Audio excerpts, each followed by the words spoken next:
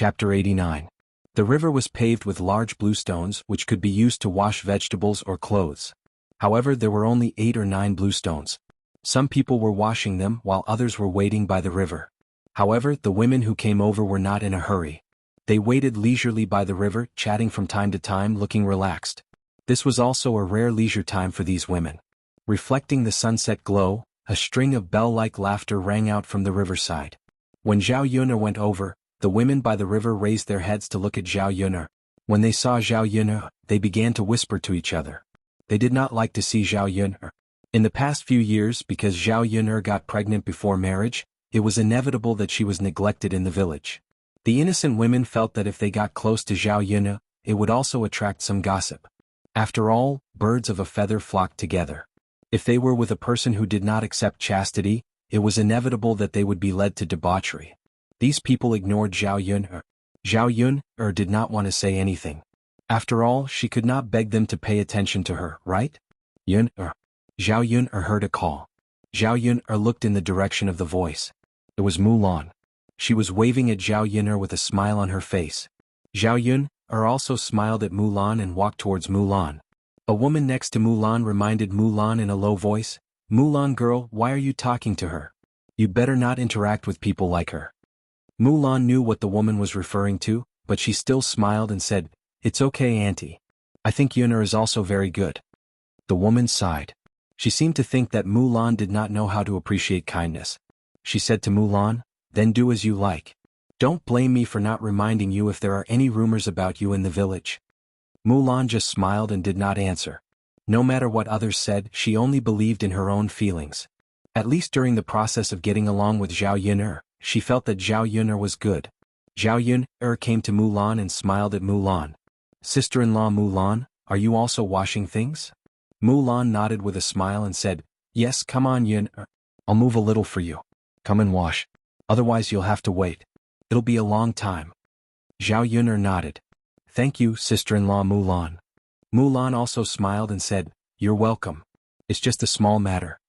Zhao Yun'er glanced at Mulan's basin and saw that there were only a few rags in Mulan's basin, so she asked Mulan, "Sister-in-law Mulan, what are you washing?" It didn't look like clothes. Was it a rag? Mulan said, "This is a child's diaper." "Diaper?" "Yes, my sister-in-law gave birth to a little boy 2 months ago. Children use more diapers. They change a lot of diapers every day." Mulan explained. Unlike modern times, there were diapers in ancient times, but there were no diapers in ancient times. Therefore these diapers could only be used. It was more troublesome to change and wash them. Zhao Yun'er looked at Mulan with some distress. This thing that contained feces and urine was relatively dirty and smelly. Why did only Mulan come to wash it? She couldn't help but ask, "Sister-in-law Mulan, you're so kind. Don't tell me you've been washing your little nephew's diapers all the time?" Chapter 90. Didn't you say that it's been 2 months? You said that you can't wash it before. Why can't you wash it now? You have to wash the baby now. What about her husband? Can't he help her wash it? It's okay for him to wash his child's diapers, right? Yun'er, how can a man wash things? It's all done by women. Zhao Yun'er was speechless for a while. Why should other people wash the dirty things made by their own children? Couldn't they do it themselves? Other people's help was out of goodwill, but washing it himself was his duty. Wasn't it his duty to do what he was supposed to do? Even if they were sisters-in-law, they shouldn't bully her like this. Mulan smiled bitterly. "My mother-in-law is too old to do it, so I'll do it." Zhao Yun'er could see that Mulan was actually unwilling to do it. However, in the family Zhu, Mulan was the least liked among all the daughters-in-law, so she was usually left to do all the irrelevant chores. Well? Zhao Yun'er sighed. She didn't know what to say. There were some things that could only be fought for by oneself, and others couldn't help. Mulan's situation was also related to her personality. If she was a little stronger, she wouldn't be the most disliked and bullied in her husband's family. Zhao Yun'er began to rinse the clothes in the basin in the water. The water was cool and refreshing. Seeing that Zhao Yun'er was washing the clothes with water, Mulan asked in a hurry, "Yun'er, why don't you use soap? How can you wash the clothes clean like this?" "Soap?" "Yes, you should use soap to wash the clothes. That way the clothes will be cleaner." In Zhao Yun'er's memory, she seemed to remember that the ancient people did indeed use locusts to wash clothes. The ancient world was not like the 21st century world. There was no such thing as washing clothes. However, to remove the stains on the clothes, it was sometimes impossible to wash them clean with just water. Therefore they would pick some locust and use it to wash the clothes. Firstly, it was cleaner, and secondly, it could leave behind a faint fragrance. After Zhao Yuner came to ancient times in this life, she didn't know where to go to pick locust, so she didn't bring any locust with her when she washed her clothes this time. Oh, I didn't pick it. Zhao Yuner smiled at Mulan. Mulan took out some locust from the basin and handed it to Zhao Yuner. Come on Yuner, I still have some left. Here you go. Zhao Yuner also smiled at Mulan. Thank you Mulan. You're welcome. At the riverbank, the sound of water splashing could be heard. At this time, a 16 or 17-year-old girl also walked towards the riverbank with a wooden basin in her hand. Unlike Zhao Yuner's situation, when this girl came over, the women on the riverbank were very polite to her, and they greeted the girl one by one. Hong is here. Hong is washing the clothes. Hong you're so diligent. Xiao Hong smiled sweetly at the women who greeted her. Hello aunties. I'm here to wash the clothes. My mother isn't feeling well, so I'm here to wash them. After Xiao Hong finished speaking, Zhao Yuner's ears rang with a burst of praise. Chapter 91. There were many people who praised Xiao Hong, but there were also some who disagreed. Perhaps it was because of jealousy. You're making it sound so good. Why don't you let your son marry Xiao Hong? Why are you saying so much here? You only know how to flatter. You can't say that. It's true that Hong is good, but it's another thing to let our sons marry her. Zhao Yuner listened to these women's chatter and looked at Xiao Hong curiously. Xiao Hong was wearing a pink dress. She had a slender figure and a silver hairpin was inserted into her hair bun. Her attire was considered top-notch in the village. Ordinary people in the countryside couldn't afford to wear colorful clothes at all. Everyone wore coarse linen clothes. Xiao Hong's appearance belonged to the type of pretty girl from a humble family. She was very delicate and pretty. When she was 16 or 17 years old, she was even more tender and delicate. Based on the memories of her previous life and the discussions of those women, Zhao Yuner had a rough understanding of Xiao Hong. The Xiao family was considered a wealthy family in the village. Unfortunately, the Xiao family only had one daughter, Xiao Hong. In ancient times, if there were no male children in the family, they would choose to let their daughters find a husband. However, in ancient times, if there were male children in the family, they wouldn't allow their children to marry into the family. Only the poorest of the family and those who couldn't find a wife would marry into the family. Therefore, even if Xiao Hong was a good person and had a good family background, she didn't get married until she was 16 or 17 years old. During this period there were some people who wanted to marry into the family, but Xiao Hong was also a little picky. She wasn't willing to marry anyone. Mulan just finished washing the clothes, so she stood up and gave her seat to Xiao Hong, who came to wash the clothes. Sister Xiao Hong, come over here. Mulan called out to Xiao Hong. Xiao Hong came over with a wooden basin and smiled at Mulan. Thank you, sister-in-law Mulan. Xiao Hong smiled sweetly. The two dimples on her cheeks looked very pretty. When she saw Zhao Yuner, she smiled at Zhao Yuner. Sister Yuner. Zhao Yuner finally understood why Liamin's women in the village liked Xiao Hong more. First of all, Xiao Hong's appearance was more likable. The most important thing was that Xiao Hong's mouth was very sweet. When she saw people she would shout and smile. Who wouldn't like her? Xiao Hong greeted her with a smile.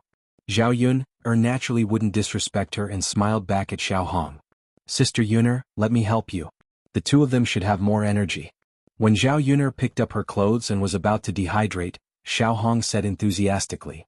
Looking at Xiao Hong's appearance, Zhao Yuner couldn't refuse, so she smiled at Xiao Hong. Then I'll have to trouble you. Xiao Hong shook her head. It's no trouble. The two of them each tugged at one end of the shirt. Just as they were about to wring it dry, Xiao Hong saw a figure walking over from not far away. She screamed. Then there was the sound of a splash as Xiao Hong fell into the water. The women by the river heard the sound and hurriedly gathered around. Hong fell into the water. What should we do? Hong, help, help. Xiao Hong struggled in the water as she screamed. Chapter 92. Zhao Yuner stood on the shore in a daze. She didn't understand why Xiao Hong fell into the river. Xiao Hong didn't touch her at all. She was standing there, so she shouldn't have fallen into the river. Just when everyone was at a loss, someone rushed over and jumped into the river, swimming towards Xiao Hong. It was none other than Lu Lei. When Lu Lei swam to Xiao Hong's side, he grabbed Xiao Hong with one hand and pulled her out of the water. It was still a little cold in this season. Xiao Hong's lips were a little purple from the cold, and her body was shivering violently. Because her body was soaked in water, she was wet from head to toe. Her clothes were also tightly clinging to her body, outlining her exquisite curves. Lu Lei saw it from the side and his face immediately flushed. He took off his clothes and covered Xiao Hong's body. There were no other men beside the river except for Lu Lei. Otherwise, almost all of them would have left today. After choking on the water, Xiao Hong coughed violently, and her small face became pale. Seeing Xiao Hong like this, the women on the shore felt sorry for her, but they also heaved a sigh of relief. Fortunately, Lu Lei came over. Otherwise, Xiao Hong might have drowned to death. If Xiao Hong drowned to death, the Xiao family would be in a mess. Hong, you were fine. Why did you fall into the water? Exactly. Was it an accident or did someone push you in? These women surrounded Xiao Hong and chattered with each other. Xiao Hong bit her lower lip and said with a little grievance, What's wrong with you? Hong, if you have something to say, just say it. We are all here. Hearing these women say this, Xiao Hong looked at Zhao Yun'er with an aggrieved expression. Her eyes were glistening with tears. Zhao Yun'er's heart trembled, and a bad feeling rose in her heart. As expected, Xiao Hong said to Zhao Yun'er, Sister Yun'er, I was kind enough to help you dry your clothes. How could you push me into the river? If you don't like me, you can tell me. You don't have to do this to me. As soon as Xiao Hong's words fell, these women instantly exploded and began to criticize Zhao Yun'er. Zhao Yun'er, are you still human? Everyone ignored you and only Hong'er was polite to you, yet you're still acting like this. What a vicious woman. How could there be such a vicious and merciless woman? Oh my God, Zhao Yun'er, you've done those shameful things and now you're ruthlessly pushing people into the water. This is murder. You should be arrested and sent to the officials. Obviously, because of Zhao Yun'er's bad reputation and Xiao Hong's bad reputation, these women immediately believed Xiao Hong's words and thought that it was Zhao Yun'er who pushed people into the water. Of course, one of the reasons why these people believed Xiao Hong without a doubt was that she couldn't have jumped into the water by herself. If everyone tried to save her, someone would die. Xiao Hong wouldn't joke about her own life and frame Zhao Yun'er. Zhao Yun'er stood quietly and looked at Xiao Hong, completely ignoring the women's chatter in her ears. Chapter 93. Xiao Hong avoided Zhao Yun'er's gaze and looked elsewhere. It was unknown if it was because of her guilty conscience. You vicious woman. Are you mute? Why aren't you saying anything? You have to give Xiao Hong an explanation today. As she spoke, a woman was already pushing Zhao Yun'er. When one of them made a move, the rest of the women followed suit. Zhao Yun'er dodged and a warning voice rang out. Don't touch me. Otherwise don't blame me for being rude. You little b*tc. You're being unreasonable now. You've done something bad but you think it'll be fine if you don't say anything. Everyone call Li Zheng over and ask him how we should deal with this little b*tc.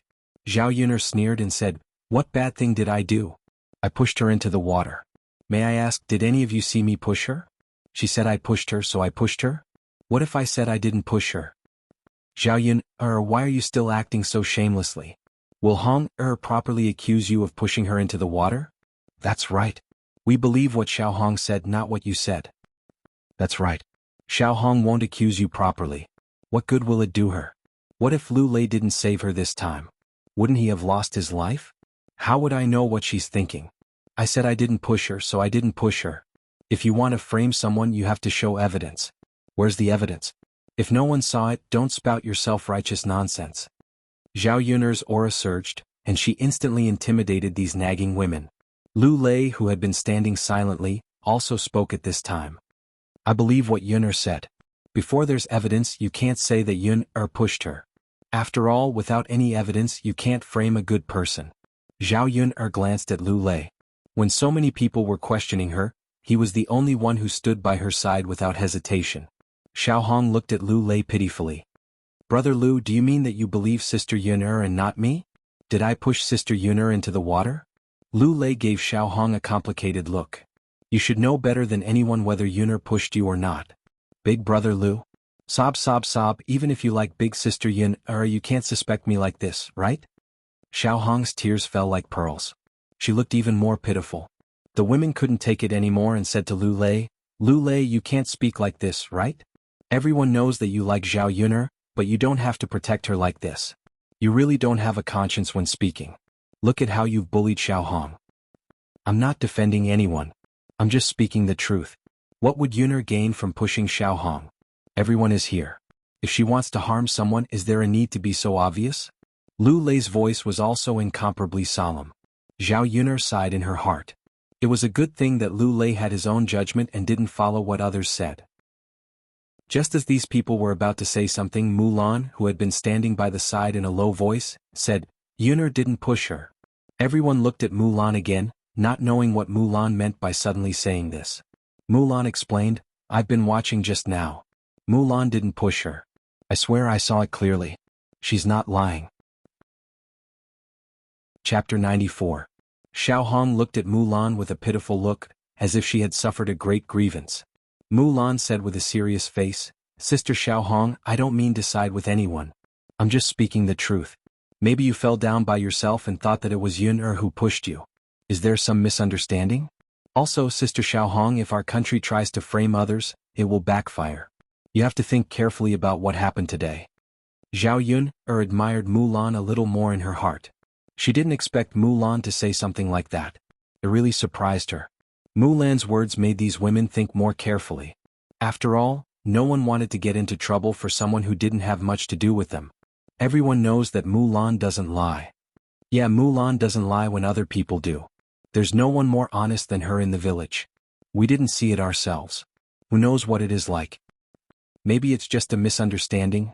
Hong, did you remember wrongly? These women talked one after another. Because of Mulan's words, the wind started to change.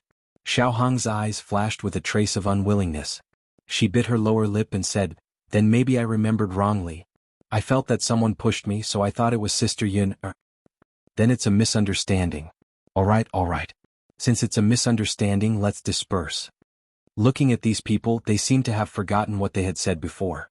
After hurting someone, they seemed to be at ease now. What a joke. Zhao Yuner's lips curled into a mocking smile.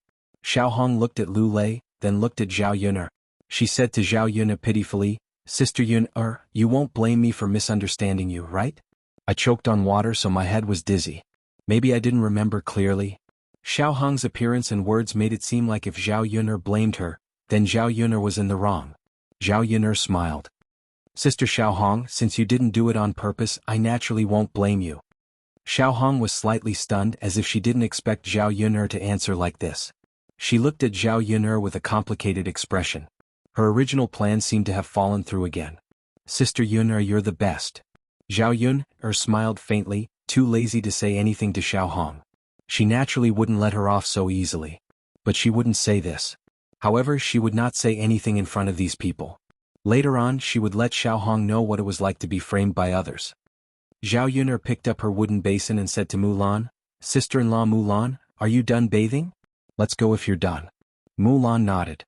Seeing Zhao Yuner and Mulan leave, Lu Lei was about to chase after Zhao Yuner, but Xiao Hong grabbed his hand. "Brother Lu, where are you going?" "Sister Xiao Hong, men and women shouldn't touch each other. Please respect yourself." Xiao Hong lowered her head, feeling wronged. "Brother Lu, it's inconvenient for me to be drenched. Can you send me back? Lu Lei Hong has suffered a lot today. You have to have tender feelings for the fairer sex. At least send her back." Chapter 95. Lu Lei has seen Hong body. "Lu Lei, don't blame us Andes for talking too much. Why don't you marry Hong? It'll be good for both you and Hong. What do you think?" These women seemed to be trying their best to matchmake Lu Lei and Xiao Hong. In their eyes, Lu Lei and Xiao Hong were a match made in heaven. There was only one person in Lu Lei's family. It was fine for him to marry into the Xiao family. Xiao Hong was such a good girl. She was not unworthy of him. However, Lu Lei frowned and said sternly to these people, "Aunties, don't talk nonsense. I didn't see anything at all. This will tarnish Xiao Hong's reputation." Seeing Lu Lei like this, it was obvious that he looked down on Xiao Hong. These women sighed. "All right, just take it that we said too much. Everyone, let's disperse." Disperse. "Hong, it's good that you're fine. Quickly go back and change out of these clothes so that you don't catch a cold." "Okay, auntie."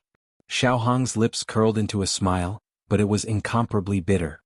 "Big brother Lu, if you don't want to send me back, I won't force you. It's just that I might give you these clothes later," Xiao Hong said. Lu Lei glanced at Xiao Hong and felt that she seemed to be a little pitiful. Hence, he said to Xiao Hong, "Then I'll send you back."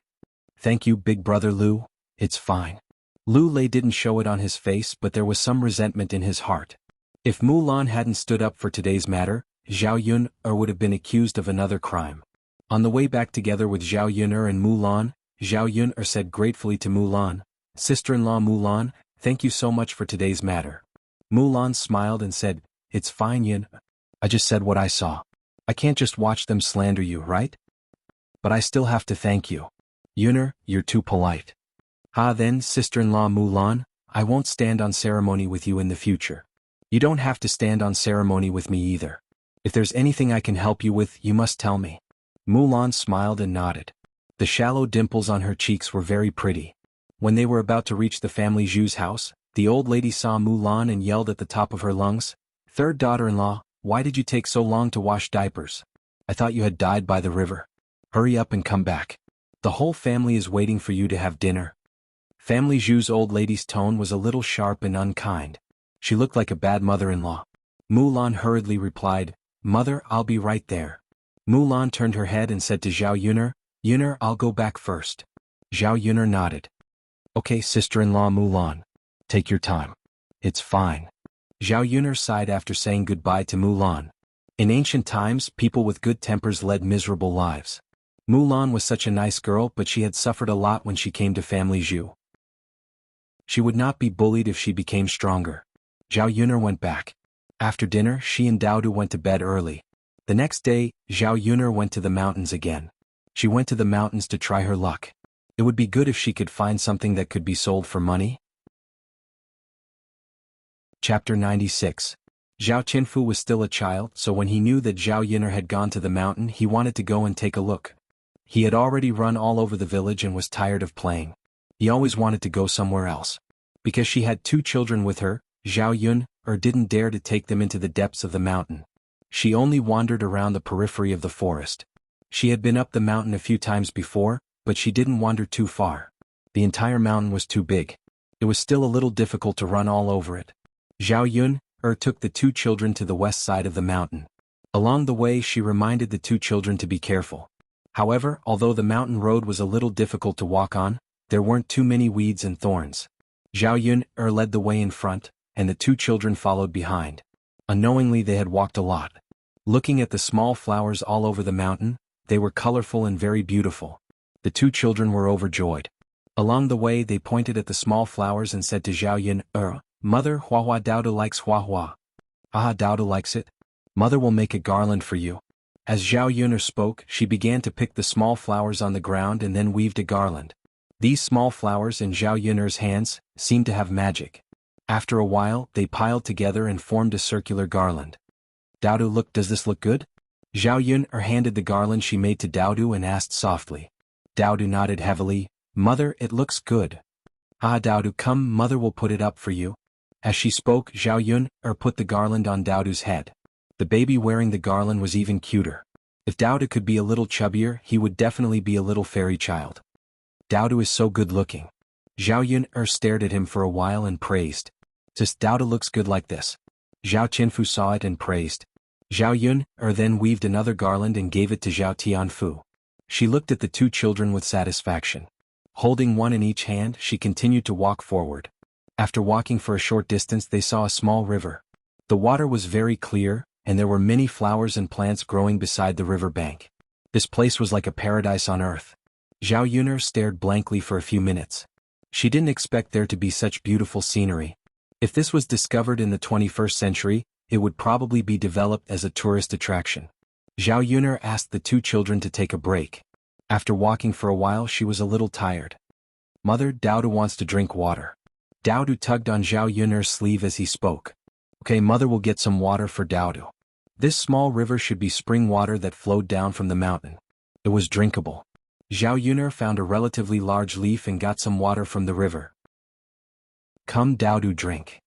"Yes, yes." Zhao Yuner carefully fed Daodu. The river water was a little cold, and Zhao Yuner didn't dare to let Daodu drink too much. She was afraid that Daodu would have a stomachache if he drank too much. "Mother, sweet." Daodu pointed to the drinking water in the leaf. Zhao Yuner smiled and said, "You can't drink too much even if it's sweet. Daodu will have a stomachache if he drinks too much." Daodu nodded his head heavily. After drinking a few mouthfuls, he obediently stopped drinking. This river water was probably a natural mountain spring, so there would be some sweetness. When Zhao Yuner was resting, she found that there were many big fish swimming in the water in front of her. Chapter 97. No matter what, fish meat was still considered meat. If it was stewed or braised, the taste would still be excellent. There were so many fish in this small river, and every one of them was so plump. It was probably because no one had ever come here and the fish in the river had always been raised, so it was like this. The river water was so clear that the bottom could be seen, so one could see where the fish were swimming. Zhao Yuner estimated the depth of the river. It was only about half up to her leg. Such a shallow river, she could definitely wade into the water to catch fish. Daodu, mother will go down and catch fish for you, okay? Okay. Daodu looked at the fish swimming around in the river. He was very interested and stretched his head out to look. Then Daodu and little uncle will watch from the shore. Don't move. Mother will go and catch fish now. Okay. Zhao Yuner said. She took off her shoes, rolled up her trousers and began to walk into the river. The river water was cool and refreshing. It was still spring, so there was a trace of coldness. Zhao Yuner tried to be as quiet as possible so as not to disturb the fish in the river. When she reached the middle of the river water was just above her knees. Her feet stepped on the stones below. Some of them were hard and a little uncomfortable. Slowly, some fish had already swum to her side. Zhao Yuner quickly grabbed the fish in the river. These fish were usually in the water where no one disturbed them, so they were not very alert. Zhao Yuner's speed was also very fast. Soon the fish were caught by Zhao Yuner. Zhao Yuner looked at the fish in her hand. It was quite big. The first one she caught was a catfish, which was estimated to be 2 or 3 jin. Seeing that Zhao Yuner had successfully caught a big fish, Daodu and Zhao Qianfu immediately became excited. Mother is so awesome. Daodu clapped and laughed. Sister, you're so awesome. You caught a fish. Zhao Qianfu also said excitedly. This fish was not easy to catch. He had caught it before. If his hand was not fast enough and his strength was not enough, he would not be able to catch it at all. Even catching a small fish was not easy, let alone a big fish. Zhao Yuner looked at the 2 children's happy faces, and the corners of her mouth hooked up into a faint smile. She waded through the water and came ashore. She placed the big fish in her hand on the ground and let the 2 children play with it. Just watch, mother will continue. Zhao Yuner smiled and went into the river again. After about an hour, Zhao Yuner's basket began to fill up. Seeing that it was almost done, Zhao Yuner went ashore. There were so many fish that he probably couldn't finish them all. However, it could be sold in the city. After all, fish was different from vegetables and wild vegetables. It was considered meat, and its price was slightly more expensive than vegetables. The last time she went to the city, Zhao Yuner vaguely remembered that the stall selling fish sold for 4 or 5 copper coins per caddy. There were at least 40 to 50 caddies of fish in her basket. Counting them, she could sell them for a few hundred copper coins, right? Mother, there are so many fish. Daodu pointed at Zhao Yuner's basket. Yes, there are so many fish. Mother will go back and make fish soup for Daodu to drink. Zhao Yuner saw that it was getting late. It was time to go back and make lunch. Today's harvest was relatively bountiful. Zhao Yuner held the 2 children's hands in satisfaction and began to walk back. When it came to eating fish, Daodu and Zhao Qianfu were a little impatient. Chapter 98. But this time there were a lot of fish, and the 2 children could eat to their heart's content. Croak, croak, Zhao Yuner heard a few frog croaks. Daodu's pink and tender little finger pointed at the grass by the river bank and said to Zhao Yuner, Mother, look, it's a toad. Zhao Yuner glanced at it and her eyes lit up. How was this a toad? It was a bullfrog. It was just that Daodu couldn't tell the difference between a bullfrog and a toad. The people of this era also couldn't tell the difference between a bullfrog and a toad. So at this time no one would eat bullfrogs. But bullfrogs were extraordinarily delicious. If they took it back and ate it, it would taste even better than fish. The natural environment of ancient times was much better than the modern environment, and it was very suitable for the survival of these animals. Zhao Yuner put down the basket on her back and wanted to catch the bullfrog again. Zhao Qianfu hurriedly asked, Sister, where are you going? To catch a bullfrog. Then she pointed at the bullfrog and said, That's not a toad, that's a bullfrog and it's edible. Zhao Qianfu had a look of disbelief on his face. Sister, I recognize it. That's a toad. There are many of them in our village. In summer you can see toads everywhere you go, especially next to the latrine. You can see a lot of them when you go to the toilet at night. Sister, this toad can't be caught. It's poisonous. If you catch it, it will spit poisonous gas at you. This thing can't be eaten. You'll be poisoned if you eat it. When Zhao Qianfu said this, he was serious, afraid that Zhao Yun'er wouldn't believe him. Qianfu, you can't catch toads indeed, but this is indeed a bullfrog. This toad looks, a little like a bullfrog. But the two are not the same thing. But sister, how do you know this is a bullfrog? I've never heard of a bullfrog before. Zhao Yun'er said with a smile, because I know a lot. Qianfu, don't you trust your sister that much? Zhao Qianfu looked at Zhao Yun'er, and it seemed that she really knew. Thinking of Zhao Yun'er doing too many amazing things during this period, Zhao Qianfu already had some admiration for Zhao Yun'er. At this moment he also began to choose to believe her. Although these bullfrogs were a little difficult to catch, it was still not a problem for Zhao Yun'er. When she was a child, she caught a bullfrog's content.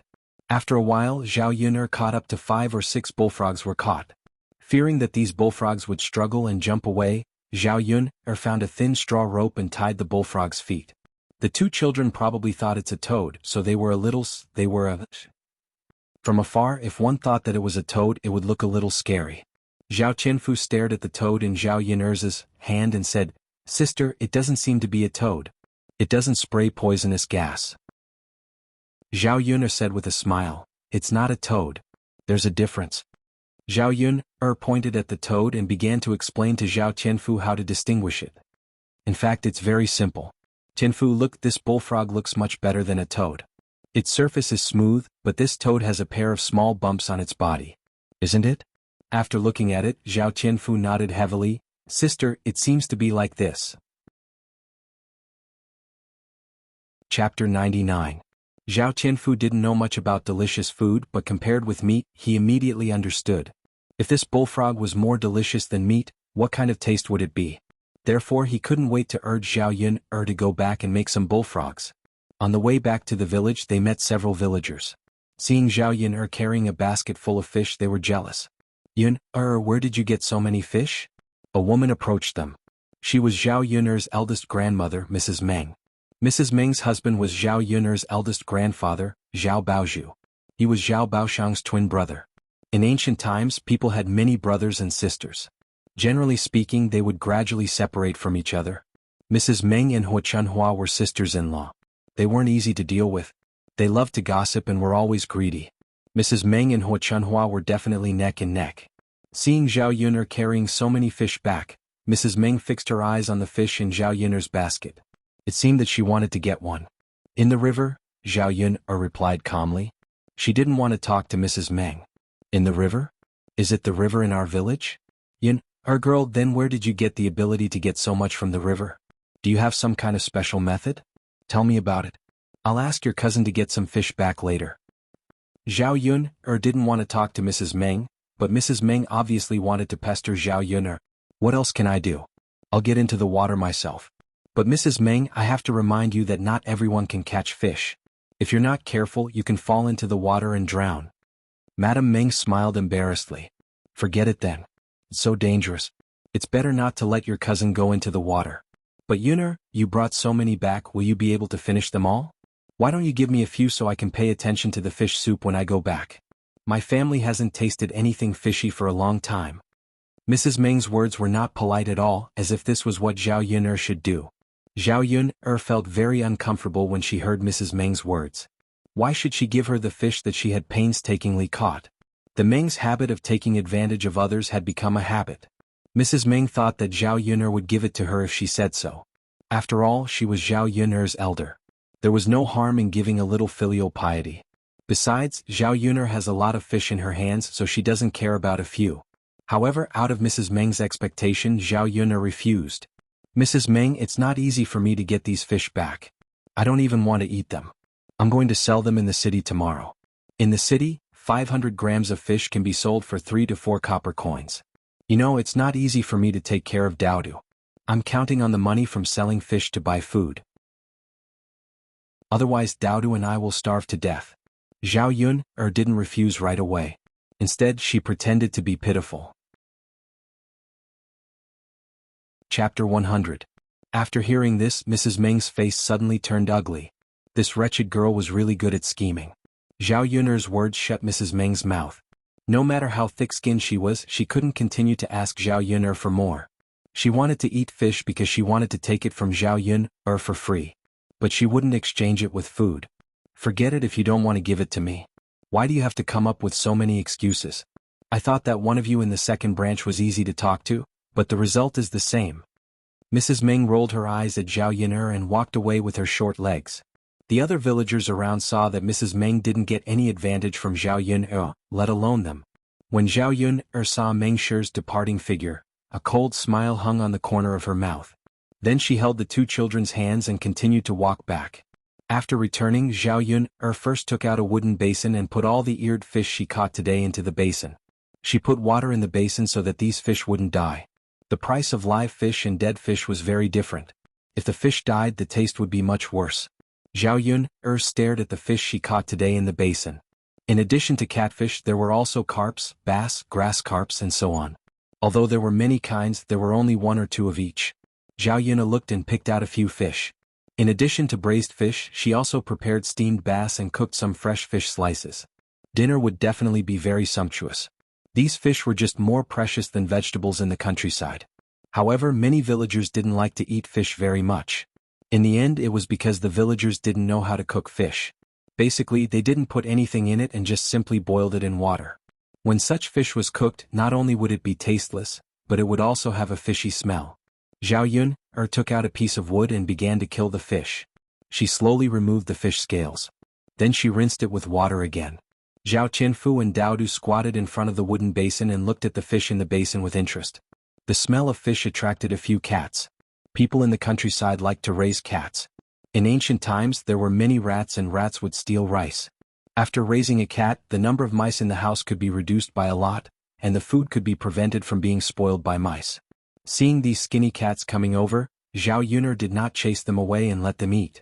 Anyway, she didn't want the fish organs anymore. If she left them in front of the house, they would definitely stink in a few days. The cats piqued Dao Du's interest again. Dou ran over, pointed at the cats on the ground and said to Zhao Yun, "Mother, cats."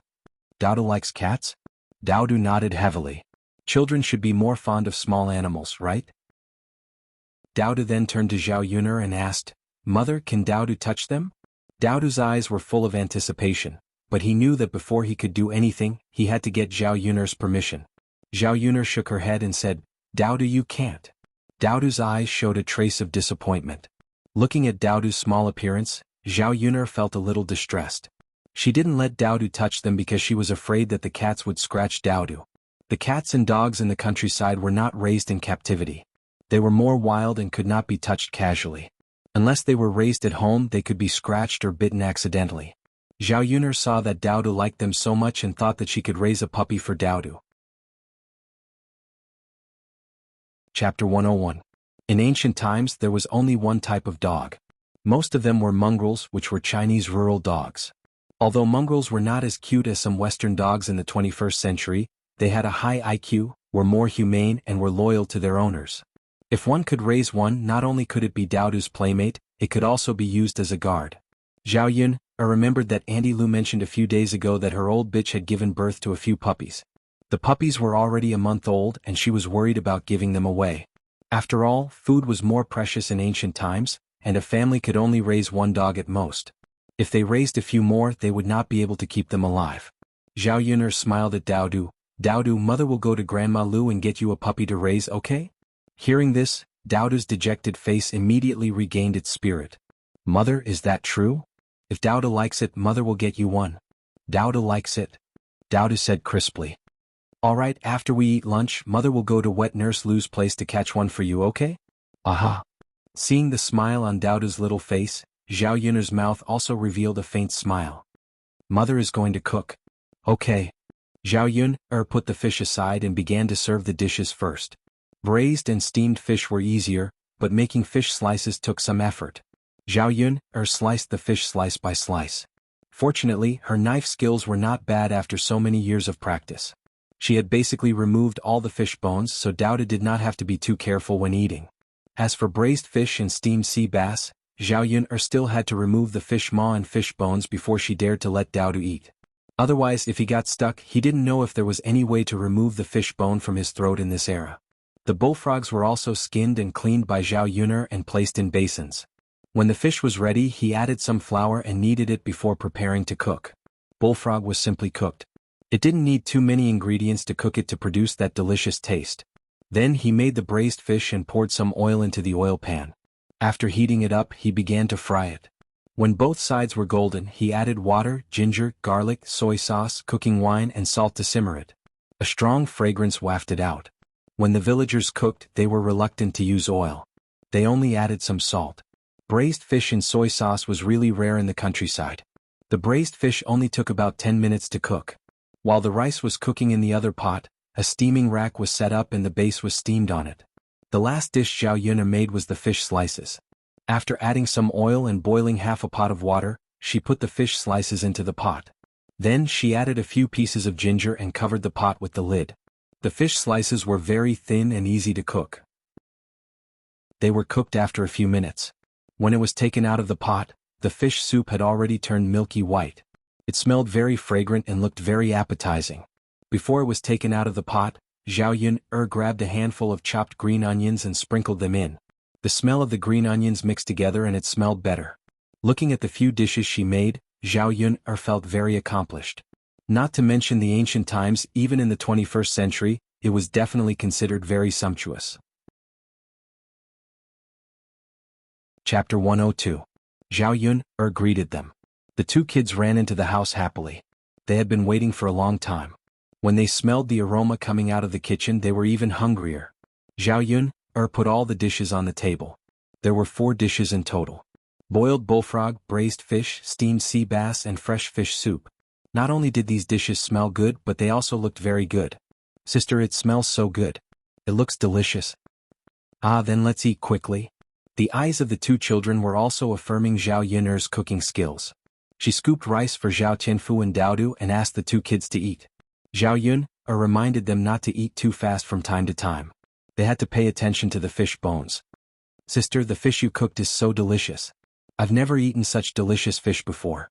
It's not fishy at all and it smells so good. Sister, it's so good to eat here. It's much better than eating at home. Zhao Tianfu buried his head in the food, his face full of satisfaction.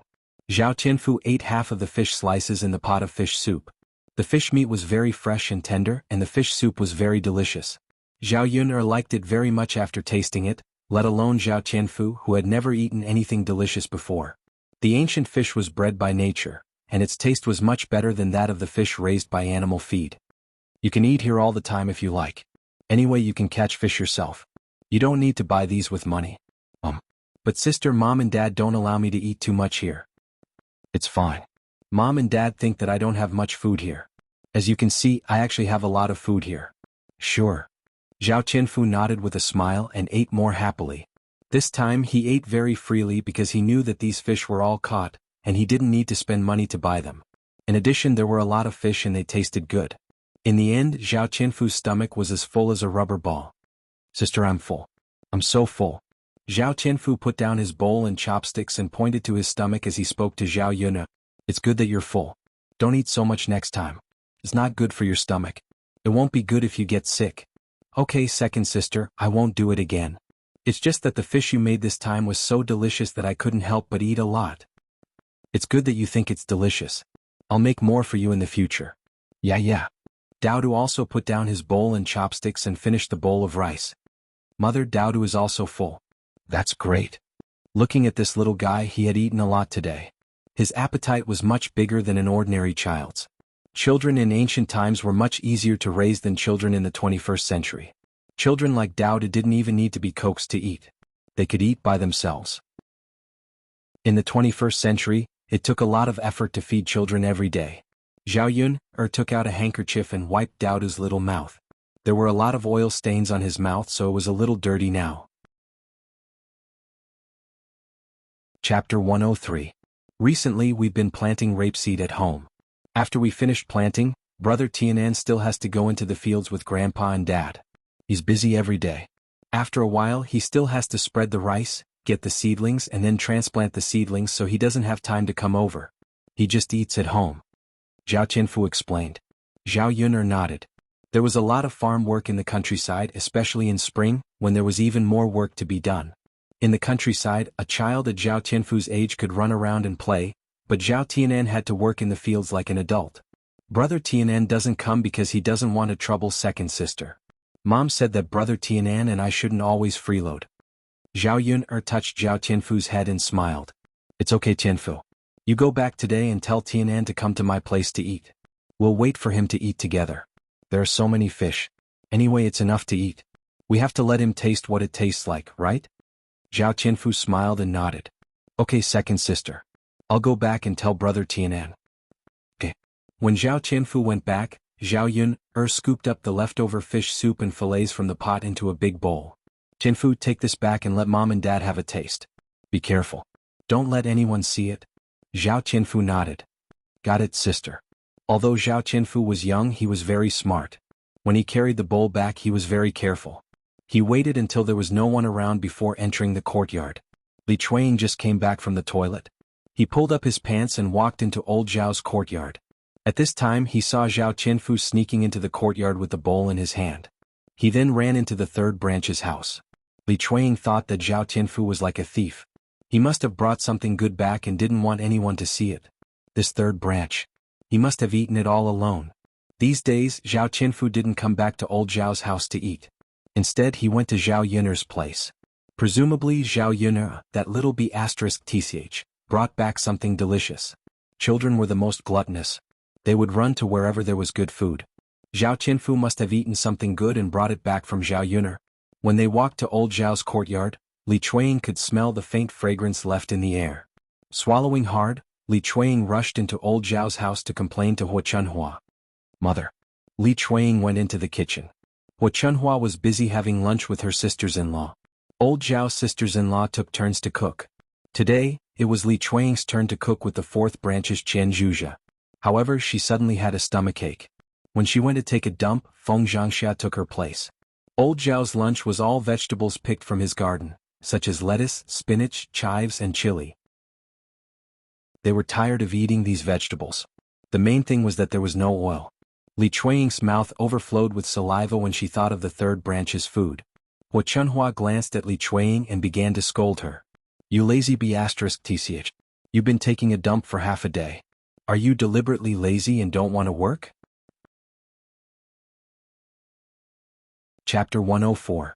Hua Chunhua rolled her eyes at Li Chuanying. This damned woman really knew how to talk. She actually said things that others didn't know how to refute.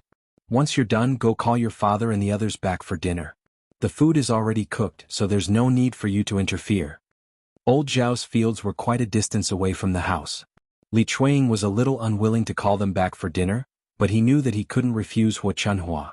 If he had known, he wouldn't have gone to shit. Hurry up and go. Hua Chunhua urged exasperatedly. Just then, the voices of Zhao Baoshan and the other men in the house came from inside the house. Li Chuanying was delighted and said to Hua Chunhua, Mother, look, father and the others are back. There's no need to call them back. Hua Chunhua said, All right then, we'll get ready to eat later. Li Chuanying grinned and went up to Hua Chunhua. Mother, I have something important to tell you. What is it? Hurry up and tell me. Why are you dawdling? Hua Chunhua frowned and was a little displeased. Mother, the people in the third branch are eating alone in the house. When I came back from shit, I saw Tianfu holding a bowl in his hand. He didn't come back after he went into the house. Hua Chunhua was furious when she heard this. She was the head of the household and hadn't separated from the family yet. When the family ate together, she hated eating alone. This was absolutely forbidden in old Zhao's house. Really? Hua Chunhua asked angrily. Li Chuanying patted his chest and promised, Mother, how can this be fake? I saw it with both of my eyes. It's not like your eyes are playing tricks on you. Why don't you go and take a look? She's probably eating right now. Hua Chunhua immediately rushed out of the kitchen and cursed. The people of the third household are not honest at all. They even started to eat alone. If I catch them, I'll teach them a good lesson. Seeing Hua Chunhua's aggressive attitude, Li Chuanying was secretly pleased. When she thought about how the fourth branch would be scolded later, she secretly felt happy. Hua Chunhua arrived in front of the third branch's room and kicked the door hard. The door was suddenly kicked open. The people in the room were obviously stunned. They did not expect Hua Chunhua to suddenly barge in. Zhao Ping'er was holding a bowl and eating happily. She had to admit that Zhao Yun'er's cooking was simply amazing. It was better than any fish she had ever eaten. Zhao Ping'er ate more than half of the big bowl of fish and fish soup by herself. Liang Jinxiao and Zhao Wenhua had not even tasted the food when Zhao Ping'er ate it all by herself. After all, she was her child. It was understandable that she would save some for her child. She did not say anything about Zhao Ping'er's behavior. She thought that Zhao Ping'er would be more or less grateful if she ate more of the food that Zhao Yun'er brought back. In this way, she would not be too prejudiced against Zhao Yun'er in the future. The moment Hu Chunhua entered the third branch's room, she smelled a strong aroma. Zhao Ping'er was eating with her head lowered. Her face immediately darkened. The third branch was really like what Li Chuiying said. They were eating alone. Chapter 105. As Hu Chunhua spoke, she took off her shoes and hit Liang Jinxiao. Liang Jinxiao didn't dodge Hu Chunhua's beating and scolding. She lowered her head and endured it. Zhao Tianfu immediately came over to protect her. "Grandma, you can't hit my mother. My mother didn't eat alone. My second sister asked me to take it back." Hu Chunhua pushed Zhao Tianfu. Zhao Tianfu sat on the ground, but he didn't cry. Hu Chunhua scolded Zhao Tianfu instead. "Little brat, if this isn't eating alone, then what is it? No matter who gave you the food, you have to take it out and eat it as a family." Liang Jinxiao knew the rules of old Zhao's family. No matter what the reason was, they had to eat it together. She was in the wrong in this matter. So she said to Hu Chunhua, "Mom, I was wrong. This has nothing to do with Tianfu. Don't be so calculative with a child." Hu Chunhua glared at Liang Jinxiao. "Now you know you're wrong. I don't know how much you secretly eat." "Mom, how much can it be? Yun'er has it hard. Today Tianfu said that she caught a few fish and cooked it herself. That's why she sent some over." Hu Chunhua thought about it and agreed. How much good food could Zhao Yun'er have? It was already not easy for her to not starve to death since she was able to feed herself. "I'll remember what happened today. If I find out later, you'll suffer." Hu Chunhua put away her shoes. Liang Jinxiao's body was already covered with bruises. "I know, Mom. It won't happen again." "Humph, you're still thinking about the next time?" Hu Chunhua rolled her eyes. Hu Chunhua asked Zhao Ping'er to bring it over when she saw that there was still a little bit of fish soup left in the bowl. "I'll take the rest," Hu Chunhua said. Zhao Ping'er couldn't bear to hand it over, but she knew that if she didn't, Hu Chunhua would probably start scolding her again. She hadn't eaten enough yet. Seeing that there was not much left, Hu Chunhua still wanted to hold on to it. "Hurry up," Hu Chunhua urged impatiently. "Milk here." Zhao Ping'er handed the bowl over. Before Hu Chunhua left, she said to the people of the third branch, "You've eaten all the food by yourselves. You'll be hungry for lunch and dinner today. Don't come out to eat." After saying that, Hu Chunhua left with the bowl in her hand. Li Chuiying followed her out with a smile. Seeing that Liang Jinxiao had suffered because of Hu Chunhua, he gloated even more. Thinking of what Hu Chunhua said, they could eat more rice if the third branch didn't eat any more. Li Chuiying stared at the fish in Hu Chunhua's hand and couldn't help swallowing saliva. He said to Hu Chunhua with a smile, "Mom, are we going to eat the fish together later?" Hu Chunhua stopped walking and said, "Don't eat it. Don't you see that there's only so much left in the bowl? Each of us won't be able to eat a single bite." Li Chuiying curled his lips. He was unwilling to give up. "But Mom, but what? There's still so much left." "Go back and give it to your younger sister. Your younger sister has been starving these days," Hu Chunhua said and walked towards Zhao Xinhui's room. She shouted from a distance, Mom made something good for you. Come and have a taste." Chapter 106. Li Chuiying secretly cursed the damned old woman behind her back as she thought of her own daughter. She was already so old, yet she was still unmarried. She wanted to shove all the good stuff into her hands. Didn't she work so hard just to have a bite? No, if she really found out that the third branch was eating alone, she would threaten the third branch herself. She couldn't let this old woman find out. That way she could at least have a bite and satisfy her craving. Li Chuiying flung her sleeves. Forget it. She couldn't win against this old woman. She was shrewd. Hu Chunhua entered Zhao Xinhui's room. Zhao Xinhui came back with some wildflowers and was fiddling with them in front of the mirror on the table. They didn't have a bronze mirror at home. If she wanted to see her face clearly, she had to fill a basin with water and stand in front of the mirror. But the reflection in the water couldn't be clearer than a bronze mirror. When Shinpan married into the family, she brought some dowry with her. She took a fancy to Shinpan's bronze mirror, so Shinpan generously gave it to her. So, in the entire old Zhao family, she was only slightly more polite to Shinpan. She didn't treat anyone else nicely. Zhao Xinhui put a flower behind her ear, making her entire face appear more beautiful. Zhao Xinhui looked at herself in the mirror with satisfaction. When she saw Hua Chunhua enter, she asked Hua Chunhua, "Mother, look. Do I look good?" Hua Chunhua came in to take a look. She had never seen Zhao Xinhui like this before. When she dressed up properly, she didn't lose out to the young ladies in the city. It was a small face that had completely inherited her and her old man's looks. "You look good, you look good. My Hui is the prettiest." Hua Chunhua praised repeatedly. When Zhao Xinhui heard Hua Chunhua's words, not only was she not happy, but she also had a bitter expression on her face. Hua Chunhua hurriedly asked, "What's wrong, Hui? Why do you look unhappy?" "Mother, what's the use of dressing up nicely? Look at me, it doesn't match at all. Didn't you say you would buy clothes and jewelry for me? Why haven't you bought them for me yet?" As soon as Hua Chunhua saw that Zhao Xinhui was unhappy, she became a little anxious and immediately coaxed, "Hui, it's not that mother didn't keep her promise. It's just that I've been too busy these days. There's so much work in the fields that I can't leave."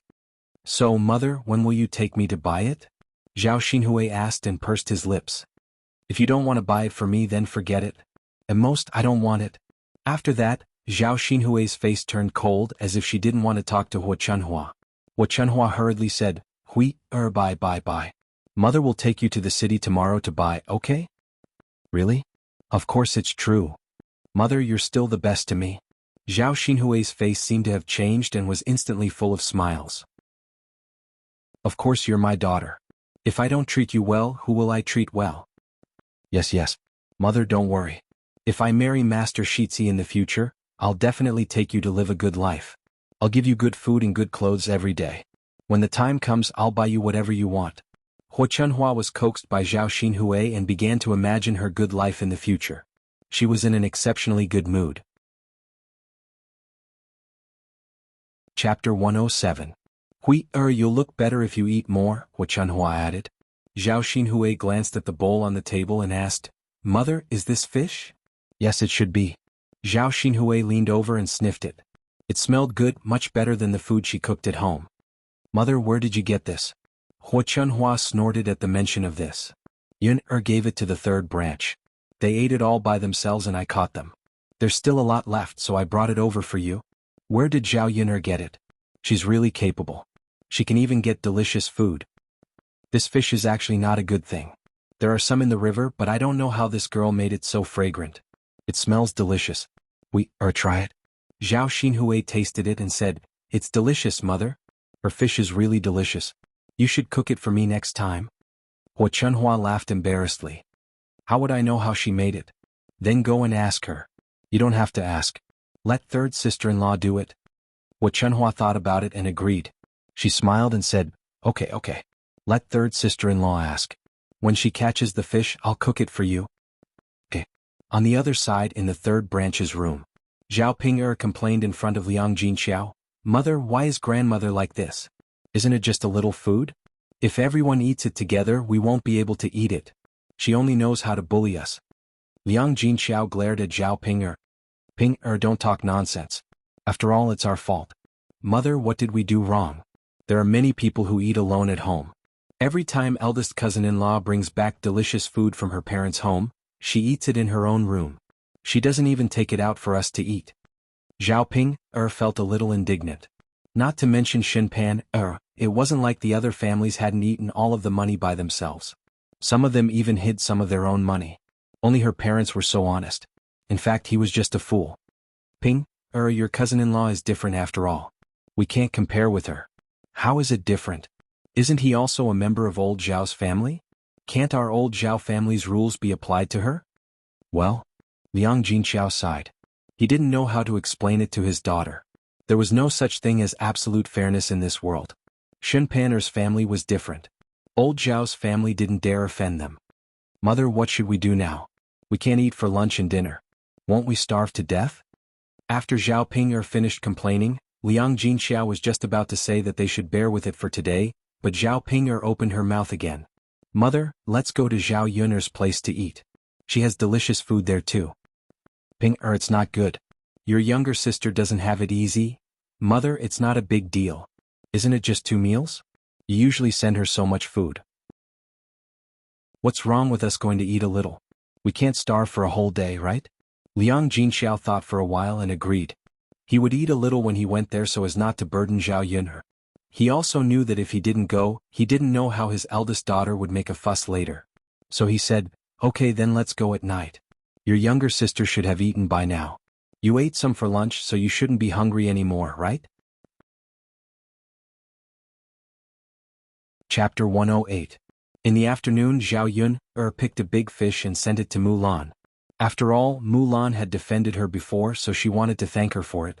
When it was time for Family Zhu, the men of Family Zhu all went to work in the fields. It was the busiest time for farming. The women of Family Zhu were at home. As soon as they entered the courtyard of Family Zhu, they heard the cries of the Family Zhu's child. It was probably the child of Mulan's sister-in-law. The child was crying miserably. In the courtyard of Family Zhu, Mulan was doing some small chores. These days she had brought back some bamboo from the mountains and was now weaving some bamboo baskets and wicker baskets. There were already some woven baskets on the ground at the side. They looked very delicate and were very good. Zhao Yunhe didn't know that Mulan was so skillful in weaving these things. However, these baskets and wicker baskets could be sold for money in the town. "Sister Mulan," Zhao Yunhe called out. Mulan turned to look at Zhao Yunhe. She stopped what she was doing and said with a smile, "Yunhe, why are you here?" Zhao Yunhe said, "I caught some fish and sent one to you." Zhao Yunhe walked to Mulan's side and waved the fish in her hand in front of Mulan. "I picked the biggest fish for you." "Sister Yunhe, you're too polite. You should keep it for yourself. Why did you send it to me?" "It's okay. I have a lot of fish at home. It's good to let you try it. It tastes good." Hearing Zhao Yunhe's words, Mulan didn't refuse. In fact, fish was not particularly expensive in the countryside. It was much worse than meat. "Sister Yunhe, thank you." "You're welcome." Zhao Yunhe smiled and pointed to the basket on the ground. "Sister Mulan, I didn't know you could make this before. This is what my father taught me. Now that I'm free, I'll make a few of them. If this basket is sold in the town later, if one of them is good, it can be sold for 10 copper coins. At least it can supplement the family's expenses." Zhao Yunhe nodded and said, "That's right. But Sister Mulan, you have to work hard." "Fortunately, I'm not tired. I'm not working in the field. Santa's father and the other men working in the field are the ones who are tired." While the two were chatting, Mulan's mother-in-law, Mrs. Zhu, came out of the house. "Third daughter-in-law, who are you talking to?" When she came out and saw Zhao Yunhe, her face suddenly turned ugly. "Why do you talk to everyone? You even brought a dubious person home and chatted happily." Zhao Yunhe saw that Mrs. Zhu's eyes were very unkind. Was she talking about the dubious person? Her reputation in the village was indeed bad. She didn't expect that this Family Zhu's mother-in-law didn't avoid it at all. She directly said this sentence in front of her. She was really unwilling to put on a show. Mulan glanced at Zhao Yunhe awkwardly. She knew that her mother-in-law's words must have made Zhao Yunhe sad. Facing Mrs. Zhu's dark face, Mulan explained, "Mother, Sister Yunhe came here this time to bring us fish to eat," Mulan said as she took the fish from Zhao Yunhe's hand and handed it to old Madame Zhu. Chapter 109. She snorted softly and didn't reprimand Mulan and Zhao Yunhe anymore. Mrs. Zhu was too snobbish. If Zhao Yunhe hadn't brought a big fish over, she might have been driven out of Family Zhu's courtyard. Mulan also breathed a sigh of relief. If Mrs. Zhu had driven Zhao Yunhe away, she wouldn't know how to face Zhao Yunhe. Mrs. Zhu pointed at the fish brought over by Zhao Yunhe and said to Mulan, "Make more fish and send more to your sister-in-law tonight." Mulan replied, "Got it, mother?" When Mrs. Zhu was about to enter the room, the baby's cries came from Mulan's sister-in-law's room again. The cries were intermittent. One moment he cried and the next he stopped. Family Zhu's old lady frowned. "I don't know what's wrong with him these days. He's always crying. Did something happen to him?" Mulan put the fish into the wooden basin and said to Mrs. Zhu, "Mother, I'll go and have a look." "I'll go and have a look too," Family Zhu's old lady said. The baby had been crying a lot these days. She thought it was normal. After all, there were only a few children who didn't cry. However, it seemed that something was wrong with the baby for several days. They went into the room together. Family Zhu's eldest daughter-in-law, Madame Qi, was lying on the bed. The baby was beside her, crying loudly. Family Zhu's old lady's attitude towards Madame Qi was not bad. She asked softly, "Eldest daughter-in-law, why is my eldest grandson crying like this?" "Mother, I don't know. But there's something on Huer's forehead. I don't know if it's the reason why he's crying. Madame Zhu went in to have a look. She found that there was indeed something on the baby's face and head. It was a layer of dry skin and some of it was a lump of nodules. Old Madame Zhu didn't know what it was either. She muttered, "How did my eldest grandson grow something? The child is crying non-stop. It must be because of this. Mother, what should we do? Was Huer's condition serious? Will it be okay?" Madame Qi asked with a frown. "I don't know. I've never seen anyone's child with it.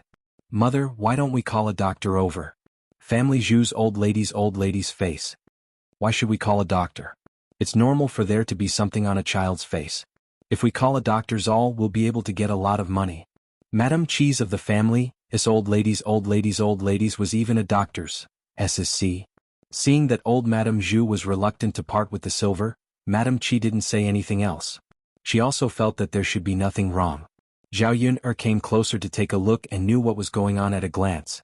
Her friend's child also had something like this, so she knew a little about it. This baby, who was less than 2 months old, had eczema on his forehead. "I know what it is," Zhao Yun'er couldn't help but say when she saw how pitiful the baby was. It wasn't a big deal, but if it wasn't handled well, the baby would suffer.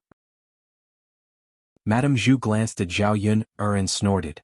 "I don't know what it is. How would you know?" Chapter 110. Mulan said, "Mother, you can't say that. There are so many things in this world. What if Yun'er knows something?" After Mulan finished speaking, she glanced at her as if she was afraid of Family Zhu. Old Madame Family Zhu glared at Mulan unhappily. Mulan was so scared that she quickly lowered her head.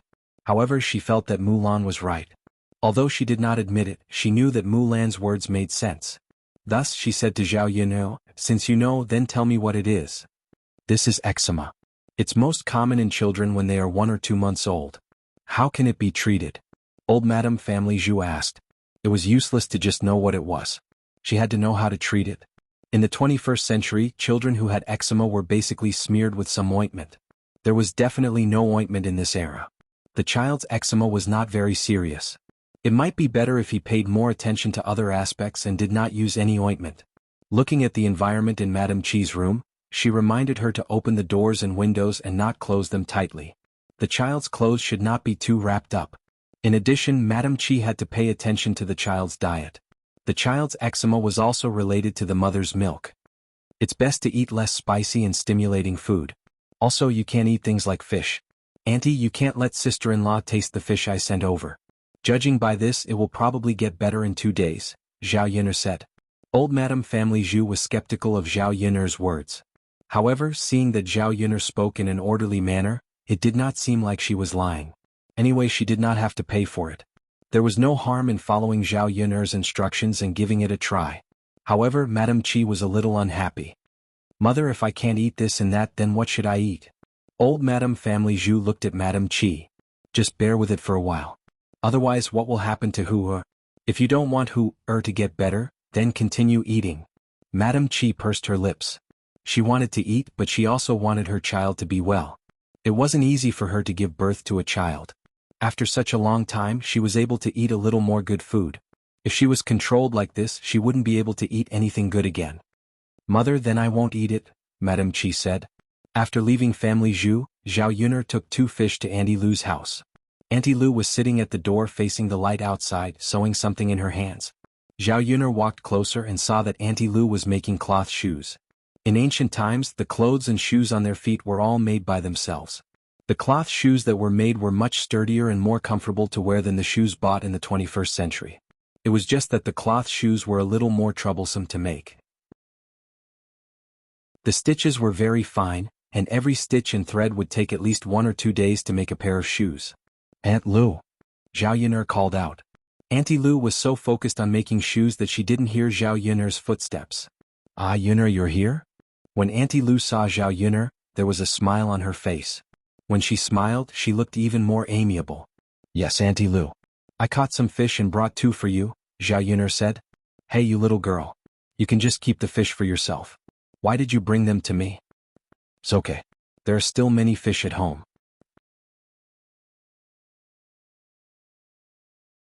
Chapter 111. Auntie Lu had always been so polite, which made Zhao Yun'er a little embarrassed. She had finally gotten something good and sent it over, but Auntie Lu wanted to return it. Zhao Yun knew Auntie Lu's character. Even if she said she didn't want it, Auntie Lu would definitely give it to her. Fortunately, these cloth shoes were not worth much, or else she would be embarrassed to accept it. Thank you, Auntie. Auntie Lu smiled and waved her hand. You're welcome. I have a lot of free time at home anyway. Daodu is a child and he grows up quickly. Soon the shoes won't fit him. Auntie Lu, teach me later. I'll learn too, Zhao Yun'er said. Her needlework was still passable and she could only mend clothes. She really didn't know how to make shoes. Okay, but Yun'er, didn't your mother teach you this before? Zhao Yun'er shook her head. No, I forgot when I taught it when I was young. It's okay. Learn from Auntie in the future. Auntie will teach you. Okay. Auntie Lu put down the needlework in her hand and put Zhao Yun'er's fish into a wooden basin. She put some water in it and prepared to eat it at night. The men in the family went out to work. Auntie Lu also had 2 sons and they hadn't separated yet. Now, one daughter-in-law went back to her mother's house, and the other went out to gather pigweed. The people in the countryside would raise some livestock. Other than some chickens and ducks, they would also raise pigs. A pig could be sold during the new year. Not only could they get some money, but they could also leave some for their family. Then they wouldn't have to sell meat anymore. Zhao Yun'er saw that Auntie Lu's pigsty was built outside. In ancient times, pigs were not fed with pig feed, but with pigweed or bran. This way of raising pigs could save a lot of food, and the pigs tasted better than the pork of the 21st century. Mother, I'm back. Not far away, a woman in her early 30s walked in. It was Auntie Lu's eldest daughter-in-law, Zhou Shi. Zhou Shi was wearing plain clothes and her hair was combed neatly. It was probably because he had been working for a long time that his skin was a little dark. He was 30 years old and looked a little old, but one look and one could tell that he was a person who was doing his job. Madame Zhou carried a basket on her back which was filled with pigweed. She had gone to gather pigweed just now. Seeing Zhao Yun'er coming, Mrs. Zhou also greeted Zhao Yun'er with a smile. Yun'er, you're here. Hello, sister-in-law. Madame Zhou smiled and put down the basket in her hand. Mother, I'm going to feed the pigs. It's spring, so there's a lot of pigweed. Our little pigs can grow fat. Ah, that's good. Go ahead. Yes. There were 3 little pigs in the pigsty. The big pig had been killed and sold at the end of last year. These were all captured not long ago. Mrs. Zhou skillfully put the pigweed into the pigsty and muttered a few words. A few piglets ran over and began to fight for the pigweed. Zhao Yun'er looked at the piglets. They were pink and tender and looked quite cute. Hearing Mrs. Zhou's words, Zhao Yun'er began to think about whether she should raise 2 little pigs. Not to mention exchanging them for money after killing them, Daodu could eat a lot of pork. Pigs ate pigweed and bran, so it didn't cost much to raise a pig. Chapter 112. The price of a piglet is a little more expensive than the price of pork. My piglet weighs 15 kilograms and it costs 20 copper coins per kilogram. So, a piglet costs 600 copper coins. Aunt Lu explained. Zhao Yun'er nodded. It sounded a little expensive, but when the piglet grew up, she could earn a lot more. Why, Yun'er, do you want to raise a pig too? Aunt Lu asked with concern. Zhao Yun'er shook her head and said, I don't plan to raise one now. I don't have a pigsty at home and I usually have to take care of Daodu. I can't get away. Aunt Lu nodded and said, That's right. The most important thing now is to take care of the child. Fortunately, Daodu is sensible and can save you a lot of trouble. Speaking of Daodu, Aunt Lu's eyes were filled with a gentle smile. Auntie Lu liked children. In ancient times, most people preferred boys. However, although Auntie Lu had 2 sons and both sons were married, she didn't have a grandson until now. She had 3 granddaughters. The first branch gave birth to 2 daughters, and the second branch gave birth to 1 daughter. So now, Aunt Lu hoped that the 2 daughters-in-law would continue to give birth to a grandson. The more anxious she was to give birth to children, the more the 2 daughters-in-law's bellies didn't show any signs of pregnancy. Although Aunt Lu was depressed, there was nothing she could do. Although the 2 daughters-in-law hadn't given birth to a son, she was still good to her daughters-in-law. If it were in other families, the mother-in-law would probably pick on the daughters-in-law every day. God Lu didn't say anything, but the 2 daughters-in-law felt guilty and were more filial to Aunt Lu. Usually, if there was any work at home, they would rush to do it. Auntie Lu rarely interfered. Mother, I'm done feeding them. Now I'll send some water to Father and the others. Mrs. Zhou said. Zhao Yun'er looked at Mrs. Zhou and felt a little restless. She was really hard-working. Aunt Lu called Mrs. Zhou and said, You've just finished. Take a rest. Mrs. Zhou wiped the beads of sweat on her forehead and said with a smile, "Mother, I'm fine. I'm not tired." "All right then." Looking at Madame Zhou's departing figure, Auntie Lu sighed and said, "My daughter-in-law is good in every way. She's hard-working, but she's not like Yun-er. She's only left with a boy." Zhao Yun'er smiled awkwardly and comforted Auntie Lu. "Auntie Lu, don't worry. You'll have a grandson to hold. Boys and girls were all the same. People had to be filial. Auntie, don't you agree?" Auntie Lu chuckled and said, "You're the only one who knows how to talk. I don't care.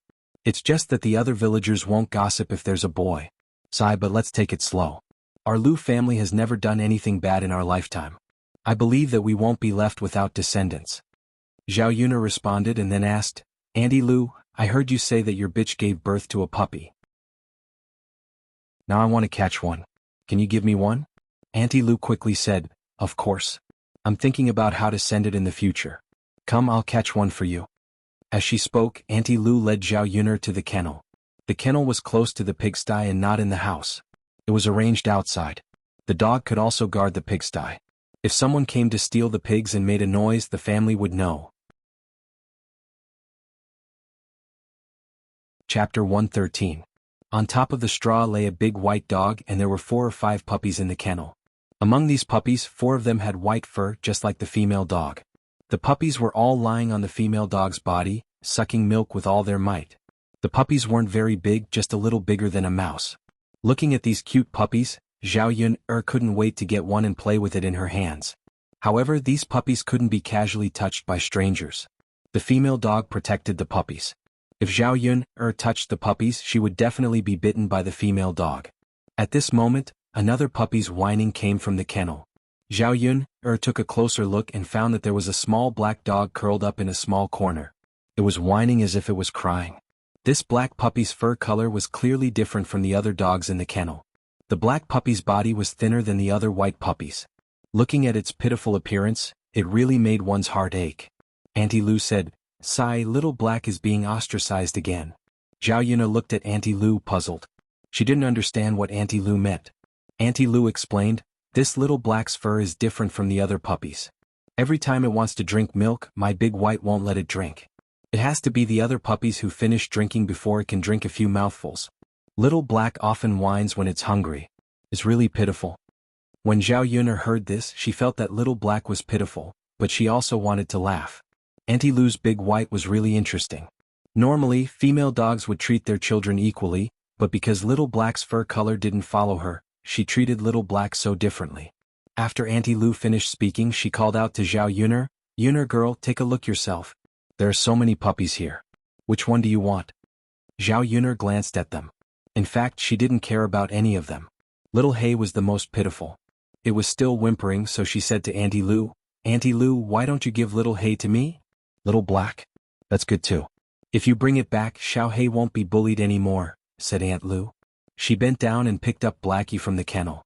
Dabai glanced at Auntie Lu, but he didn't have much of a reaction. Instead, he licked the other puppies that were nursing. Dabai didn't care about Little Hay at all. After Auntie Lu put some distance between them, she handed Little Hay to Zhao Yun'er and said to Zhao Yun'er, "Yun'er girl, Little Hay is yours. You can take it back." Zhao Yun'er held Little Hay in her hands. Little Hay's body was a little soft. Once it was in Zhao Yun'er's hands, Little Hay stopped whimpering. It stared at Zhao Yun'er with its black eyes. It looked very obedient. This little black puppy seemed to be intelligent. Zhao Yun'er immediately liked it. She rubbed Little Hay's head and said to Little Hay, "Little Hay, don't cry. I'll feed you when we go back. I'll treat you well."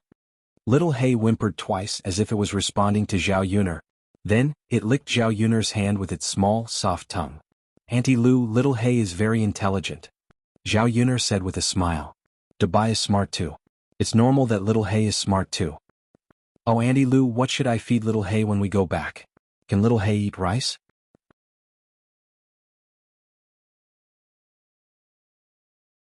Chapter 114.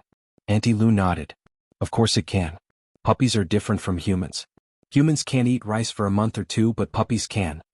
Zhao Yun'er breathed a sigh of relief. That's good. Otherwise, she wouldn't know where to find milk to feed this puppy. "Little Yun'er, it will take a few more months for Little Black to grow up. Don't worry, there's no rush." "Haha.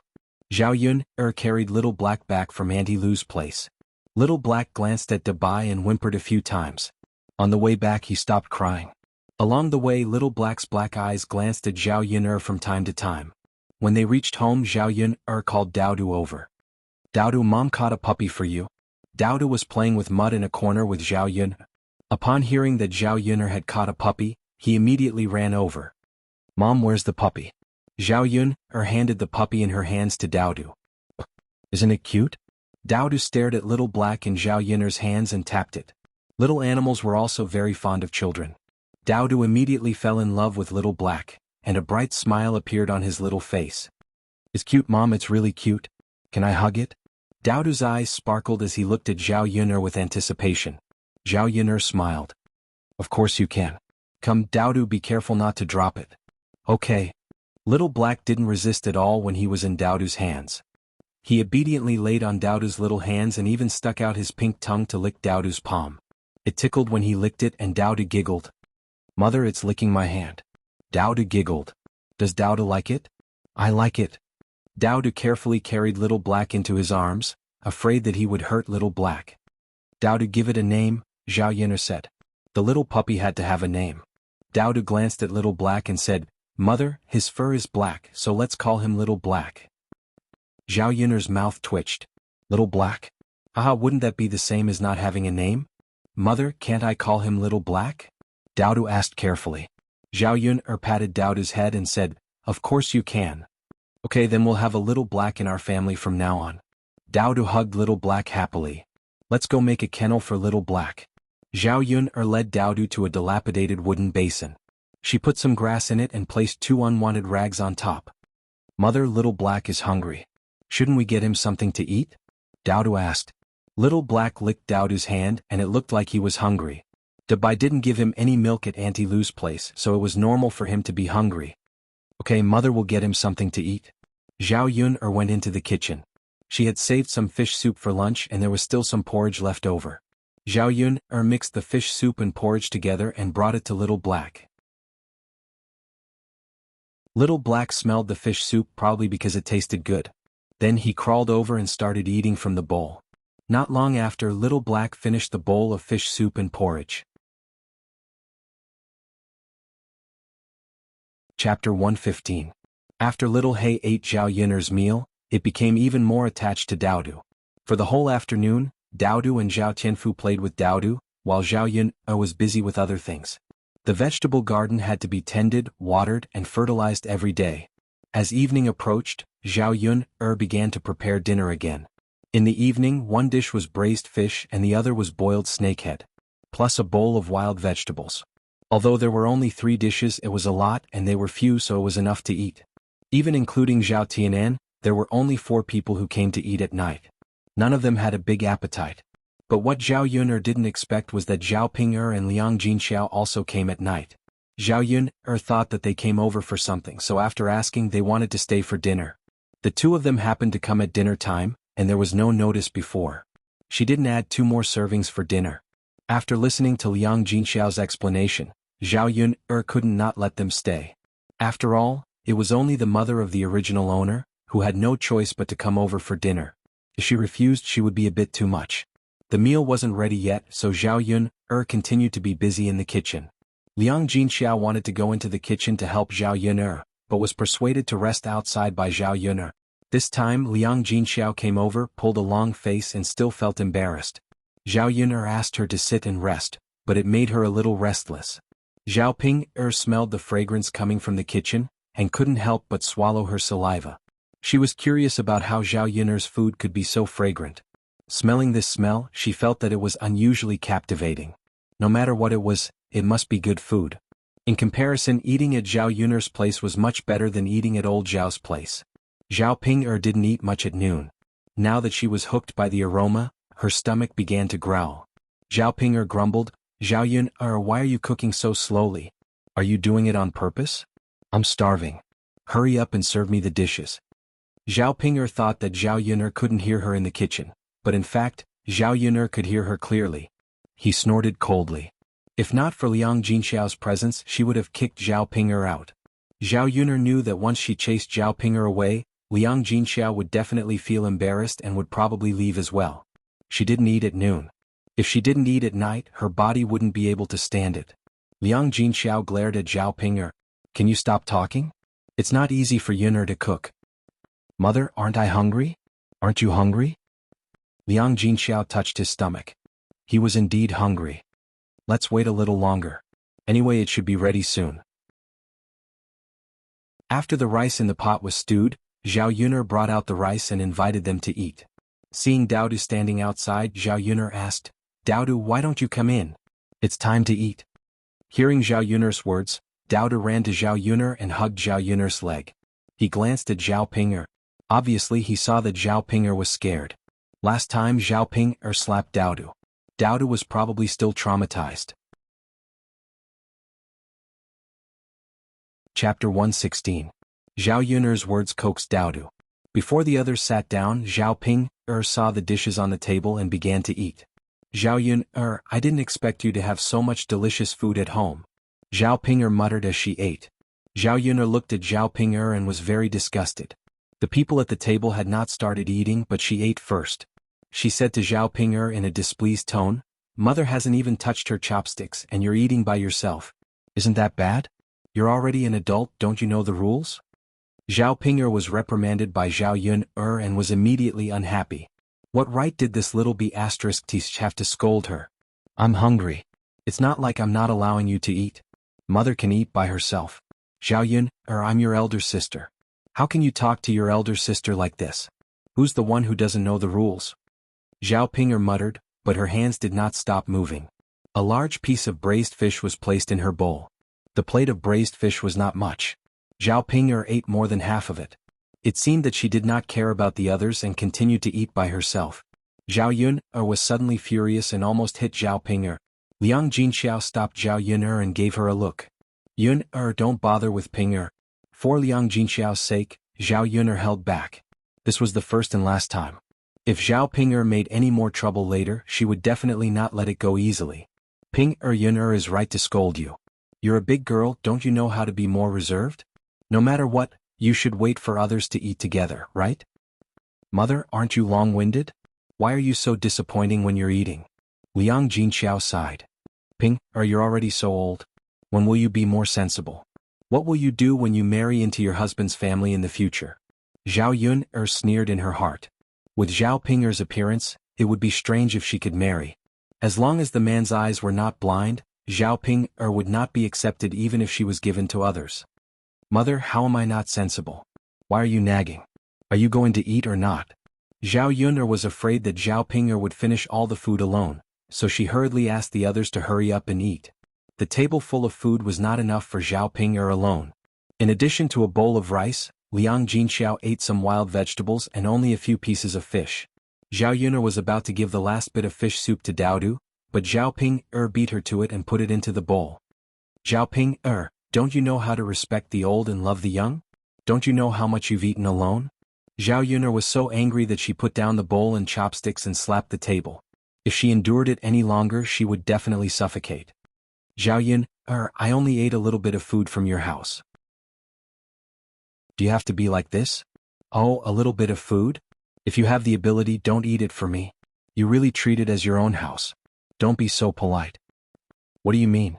Zhao Ping'er was also angry. She put down the bowl and chopsticks unhappily, stood up, put her hands on her waist and faced Zhao Yun'er.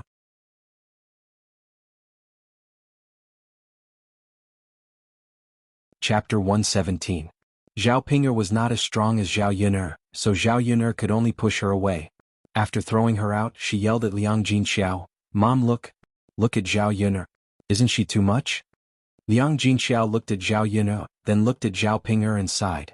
Both of them were her daughters, so she could not side with either of them. Zhao Ping'er had indeed gone a little overboard today. Originally, the family was eating happily together, but she had unknowingly eaten so much. Zhao Yun'er should have said a few words. All right, Ping'er, let's go back when you're done eating. Don't make a fuss and attract other people's ridicule. Liang Jinxiao glared at Zhao Ping'er, then walked out of the house and said to Zhao Yun'er, Yun'er, Mom is done eating. I'll go back first. Zhao Yun'er nodded and said, Okay, Mom. Take care. It's a little dark. Be careful on the road. I know. As Liang Jinxiao spoke, she pulled Zhao Ping'er away. If they stayed any longer, Liang Jinxiao was afraid that the two sisters would fight. If that happened, the family would see each other frequently in the future. It would be very awkward. On the way, Zhao Ping'er complained to Liang Jinxiao, "Mom, you're biased. Why didn't you scold Zhao Yun for her behavior? Why did you let me go? Ping'er, she's your sister. It's enough that we came here to eat. You ate so much tonight. How can Yun be happy? Isn't it just eating? Mom, we're a family. She has so many things that belong to you. It's fine if you don't want the money, but you don't want the food either? I think we can eat at her place in the future. Eating with Grandpa and Grandma is not as good as eating at Zhao Yun's place." Liang Jinxiao glanced at Zhao Ping'er. "Yun only caught fish today. She can't catch fish usually. How can there be anything delicious? Let's not burden her. Mom, alright, stop talking. Let's go back quickly." The next morning, Zhao Yun got up and prepared to go to Yang City. When she woke up, she kept the porridge warm in the pot. When Dao Du woke up, she could eat it by herself, so she didn't wake him up. Last night, Zhao Tianfu had stayed to sleep with them. Now the two little guys were lying on the bed. When she left, Zhao Yun gently closed the door. When they arrived at Old Man Hu's house, they were surprised to find that Mulan had also gone into the city. She had brought a lot of baskets. The baskets should be sold in the city. When she saw Zhao Yun, Mulan was also a little happy. "Yun, why are you going to the town too?" Zhao Yun smiled. "Didn't I tell you yesterday that I caught fish? I'm going to the town to sell fish today." Oh, that's the best. The two of us can accompany each other." Zhao Yun nodded and said, "Yes." She thought that with Mulan's company, the journey might not be so boring. Just as Papa Hu was about to leave with the carriage, he heard Huo Chuanhua's anxious voice. Wait a moment, wait a moment. Huo Chunhua shouted at Old Man Hu while urging Zhao Xinhui to hurry up. Hurry up. If you slow down, Father Hu's carriage will leave. I told you to hurry up. You've been dawdling all morning.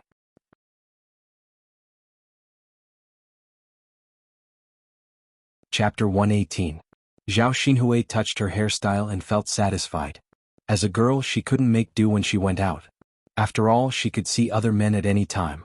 What if she met a good man, but he didn't take a fancy to her because of her sloppy appearance? Hey, okay, hurry up and get on the carriage. Huo Chunhua didn't know what to say to Zhao Xinhui, so she urged her. Zhao Xinhui nodded. When Old Man Hu's ox carriage stopped, she got on. Old Man Hu's ox carriage carried a lot of people this time, so it was a little crowded. Zhao Xinhui glanced at the people on the carriage with some disdain. She raised her head proudly, as if she felt that she was too different from the people on the carriage when she was dressed so beautifully and cleanly. These people didn't deserve to sit with her. Mother, how can I sit on this carriage? Zhao Xinhui complained and looked at Huo Chunhua. Zhao Xinhui didn't go to the city many times. Most of the time she stayed in the village. However, every time she saw Shenpaner come back, she came back in a carriage. Compared to a carriage, the difference between an ox carriage and a carriage was too big. Why can't we sit on it? Everyone is sitting on it. If we don't sit on it, how can we go to the town? Huo Chunhua didn't expect that her daughter could cause so much trouble when she went to the town once. Now she really felt tired. She could only coax Zhao Xinhui. Mother, it's so dirty. Zhao Xinhui frowned in disgust. When the people on the carriage saw Zhao Xinhui, they all showed a disdainful expression. They had never seen a girl in the village so pretentious. But what should we do? We only have an ox carriage to go to the town. Don't tell me we don't go? Huo Chunhua asked. Zhao Xinhui disliked it, but there was nothing she could do. How could she not go to the city? She was still thinking about packing her clothes. Just as Zhao Xinhui was about to take a seat, a few women started chattering and scolding her.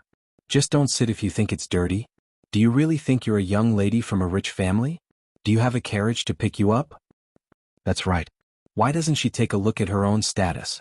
Everyone is sitting properly, and she's the only one who says it's dirty. Maybe he thinks he's different from us? Sigh, there are some people who don't have the life of a young miss, but think of themselves as one. Old Man Hu, let's hurry up and leave. It's not like he's interested in your ox cart. Each of these women was more venomous than the other. As Zhao Yuna listened, she felt that she could accept the words of these women. A pretentious person like Zhao Xinhui should be scolded like this so that she could see the situation clearly and recognize herself. Hearing these words, Zhao Xinhui clenched his fists tightly and glared at these women. At home she was the treasure. No one had ever talked about her like this. Shut up, all of you. Who allowed you to talk about me like this? Zhao Xinhui shouted at these women. However, Zhao Xinhui's words did not make any waves. These women's mocking voices grew louder. Oh, who do you think you are? Why aren't you talking? We're telling the truth, not talking nonsense. If you don't want others to talk about you, then don't be so pretentious.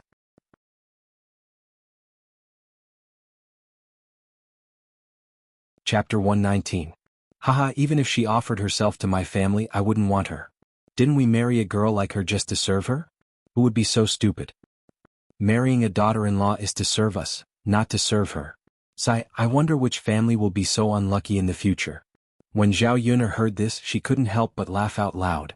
However, she still tried her best not to laugh. If she really laughed out loud, Zhao Xinhui would probably bear a grudge against her and old Zhao's family would make trouble for her. After all, Zhao Xinhui was a girl. Although she was a little willful, she really could not outtalk these women in the village. Zhao Xinhui was so angry that she started crying when she was outnumbered. She was not as terrible as they said. As soon as Hua Chunhua saw her daughter crying, she immediately became angry. These B***cheese dared to bully her precious daughter. Hua Chunhua spat at these women who were scolding Zhao Xinhui. Try saying that again. Let's see if I will tear your mouths apart. Hua Chunhua put her hands on her waist and looked like a shrew. The women who were spat on felt disgusted. Hua Chunhua's saliva was on their faces. That was not all. More importantly, Hua Chunhua's saliva was smelly and made them feel nauseous. Old lady Hua, don't you think you've gone too far? What's wrong? You can't argue with us, so why are you attacking us? The women on the ox cart were not soft-hearted. After being spat on, how could they tolerate it? I won't talk about my daughter. What's wrong with that?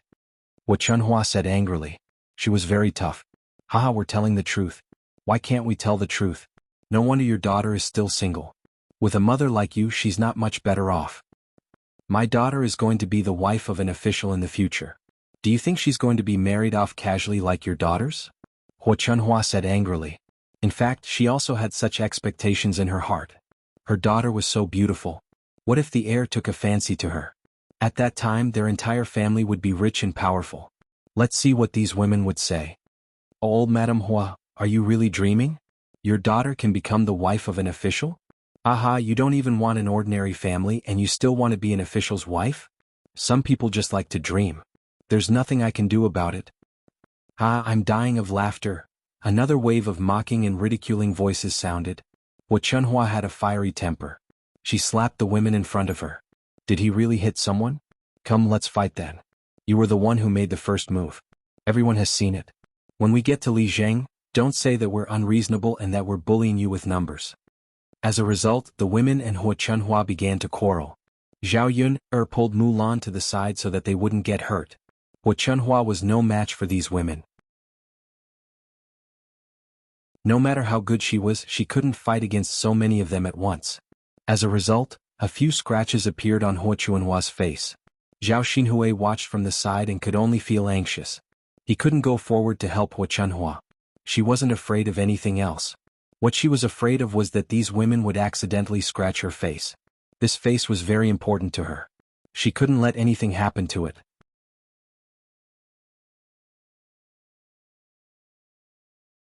Chapter 120. Before Zhao Yun could react, Zhao Xinhui angrily commanded Zhao Yun. Zhao Yun, you wretched girl. Can't you see that your grandmother is being beaten up? Why are you standing there instead of helping her? Are you waiting for your grandmother to be beaten up? Zhao Yun frowned. She sneered in her heart. Zhao Xinhui was really interesting. Zhao Yun still did not help. These women were not good people. If she got involved, wouldn't she be beaten up for nothing? She was not that stupid. She asked coldly with a hint of sarcasm, Auntie, you're wrong. Aren't you also standing there? Why are you scolding me now? You're her daughter. If you want to help, you should be the first to rush up. Besides, grandmother is so good to you. It's not right if you don't help now. You're so unfilial. Zhao Yun made Zhao Xinhui speechless. This little B***tch was so eloquent. In the past, no matter what she ordered Zhao Yun to do, Zhao Yun would never say a word. They're beating people to death. They're beating people to death. Hua Chunhua shouted. Zhao Xinhui stomped her feet and glared at Zhao Yun. This little B***tc. She did not have time to argue with her today. She would definitely ask her mother to teach her a lesson later. Alright, stop fighting. Papa who had been smoking his pipe, raised his voice and shouted, "If you want to fight, take your time. My ox cart is leaving, so I won't wait for you. If you want to go into the city by car, then stop." After old man who said this, the woman who was fighting immediately stopped her movements. Although they were angry, they did not forget that the most important thing today was to go to the city. They could not be delayed by other things. "Forget it, I'll just take it that I was bitten by a dog. Get in the car. I'm still hoping to sell something today. Let's not argue with this crazy woman. Let's go. Daddy who, let's go." The women got into the car one after another. Fighting with Wuxia, these people didn't get any benefits. They were more or less scratched, but the one who suffered the most was Wuxia. Zhao Xinhui hurried forward and asked, "Mother, how are you? Are you alright?" "Ouch, it hurts." It really hurts." Wuxia shouted. "Mother, I'll help you into the car. Bear with it. It's all that damn girl Zhao Yun'er's fault. Let's see if you still won't help after being beaten up." Wuxia glared at Zhao Yun'er when she heard that. Zhao Yun'er pursed her lips and ignored Wuxia's glare of resentment. "Sister-in-law Mulan, let's get in the car too." Mulan looked at Zhao Yun'er sympathetically and nodded. The two of them got into the carriage together. Wuxia's injuries weren't light, so she didn't fight with Zhao Yun'er. However, she kept scolding Zhao Yun'er. "Damn girl, you have no conscience. How did my old Zhao family give birth to a girl like you? I'll deal with you when we get back." "Damn girl, I don't know how old third taught you." Wuxia kept nagging, but Zhao Yun'er pretended not to hear her and chatted with Mulan. Chapter 121. This time it was rare that these women did not target Zhao Yun'er. From time to time they even criticized Wuxia. Along the way they arrived at Yang City amidst the chatter. Once Zhao Yun'er got off the car, she helped Mulan carry the basket and walked towards the market. She thought that Zhao Yun'er was here to sell fish today and Wuxia was unwilling to give up. This little B***Tisish didn't even send some fish to them after catching them. The dozens of caddies of fish in the basket could be sold for 100 or 200 copper coins. Thinking that Zhao Yun'er could make money, Wuxia felt uncomfortable. She was thinking about how to make Zhao Yun'er hand over the money to her. There were many people in the market. Zhao Yun'er and Mulan each paid 3 copper coins and started to sell their fish. Zhao Yun'er was not shy. She began to yell at the people coming and going. "Let's take a walk and have a look. Fresh fish." After a while, someone stopped in front of Zhao Yun'er and started to ask about the price. "Miss, how much is your carp?" "Auntie, it's 5 copper coins per caddy. I just caught it from the water yesterday and brought it here today. Do you want one?" "But 5 copper coins per caddy is a little expensive. I'll look at other shops." "Auntie, the prices in these stalls are about the same. I buy fish because it's fresh and delicious. How about this, I'll give you a discount of half a copper coin. You can take it back. If you like it, you can come back next time to help my business." The old woman thought for a while and felt that it was a good idea. In addition, Zhao Yun'er's smiling face gave people a sense of intimacy, so she agreed. "Okay, then get me one." "Okay." Zhao Yun'er quickly held up a fish. The weight was borrowed from Aunt Lu's house. Otherwise she would not be able to sell the fish. "Auntie, 2 caddies and 1 tail. Just give me 9 copper coins."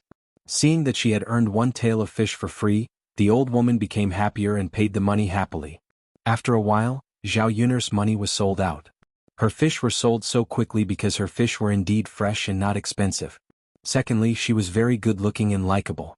After spending more than half an hour to complete the task, Zhao Yun'er was in a very good mood. He counted the copper coins in his hand and found that he had earned a total of 112 copper coins. Although it wasn't much, it wasn't a small amount in ancient times. Zhao Yun'er kept the money with a smile on her face. It took Mulan half an hour to sell another wicker basket. Others were still bargaining, but they only sold it for 8 copper coins in the end. Therefore, when she saw that Zhao Yun'er was sold out, she felt envious. "Yun'er, you're so nice. They're all sold out." Zhao Yun'er smiled and said, "I'm selling food so it's a little faster. Sister-in-law Mulan, don't be anxious. Take your time." Yes, but it won't be for long." Father whose horse carriage is also going back. I hope to sell a few more. After all, the journey back and forth cost 6 copper coins. Plus the rent, it was 3 copper coins. She had only sold 1 and had not earned back her capital. Zhao Yun'er didn't know how to comfort Mulan. "Sister-in-law Mulan, you sell first. I'll buy some breakfast and come back later to help you sell them. Mulan nodded. Okay. What do you want to eat? I'll bring some for you. No need. Yun'er, I don't want to eat.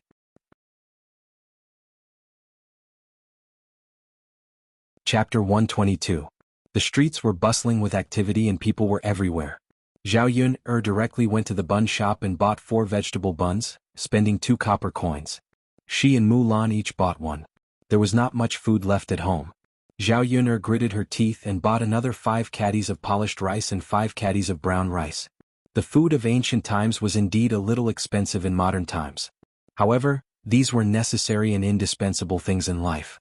She had to constantly earn money so that she could continue to buy food. Otherwise, the few hundred copper coins she had left would quickly be used up. Just as Zhao Yun'er was about to go back to look for Mulan, Hua Chuanhua's voice suddenly came from not far away. Thief, thief. Oh my god, my money was stolen. Zhao Yun'er frowned. She originally wanted to ignore Hua Chuanhua. After all, this old woman's money was stolen and it was none of her business. However, Zhao Yun'er caught a glimpse of a figure running forward. It was very familiar. The person who Hua Chuanhua called a thief was Huang San. When was this fellow released again? Why is he causing trouble for others? Zhao Yun'er hurriedly ran over. When Hua Chuanhua saw Zhao Yun'er, she immediately ordered Zhao Yun'er, "Yun'er girl, hurry up and chase after him. Get my money back. That's my life." This time, she came to the city to buy clothes and jewelry for Zhao Xinhui and took out more than half of the family's money. She had not bought anything yet. If it was stolen just like that, it would be a huge loss. Zhao Xinhui was afraid that she would not be able to buy clothes and jewelry because she did not have money. She put on a bitter face. Zhao Yun'er frowned. She was very unhappy with Hua Chuanhua's commanding tone. "Help me look after the things. I'll go after them." Zhao Yun'er put down the food. It wasn't because he wanted to help Hua Chuanhua. It was purely because he couldn't stand Huang San. Okay. Yun'er, go quickly." Hua Chuanhua's attitude suddenly became much more polite. She wasn't stupid. She was asking Zhao Yun'er for help. How could she not be polite? Zhao Yun'er ran out and quickly caught up with Huang San. Stop right there." Zhao Yun'er shouted. Huang San turned around and discovered that the person who caught up was actually Zhao Yun'er. This woman was here again? He even came over to catch him again. He was really courting death. Last time's matter, Huang San bore a grudge. This time Zhao Yun'er came over. She was just courting death. Hee little girl, your courage is quite big. You actually came to find this prince to stir up trouble. Huang San sneered. Zhao Yun'er saw that Huang San suddenly stopped and did not have the intention to escape. Her lips hooked up into a cold smile. "I caught you stealing again. It seems that you didn't learn from your mistakes. You didn't stay in prison long enough." Huang San snorted. "This prince has someone behind me. Even if I go in, I can come out after 2 days. What about it?" Looking at Huang San's smug look, Zhao Yun'er felt angry. The ancient times were even darker than the 21st century. In the 21st century, people could rely on connections to get out, let alone the ancient times. However, Zhao Yun'er hated this the most. The bad guys were not punished. Instead, they were free and happy. Was this really fair?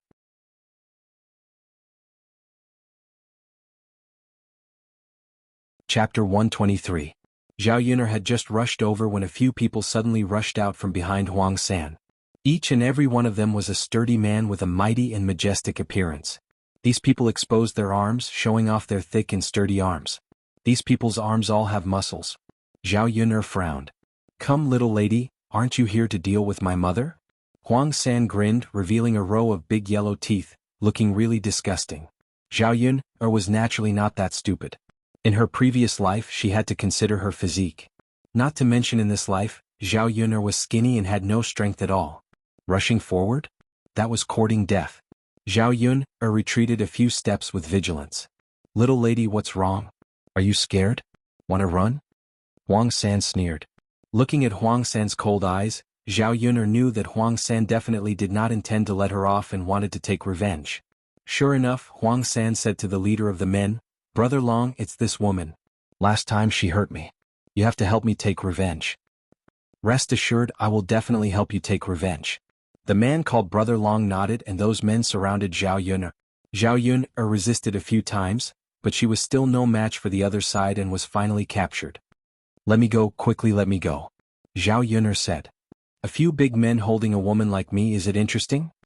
Hee little lady, who said that big men can't capture women? If they offend me, Huang San, I don't care who they are.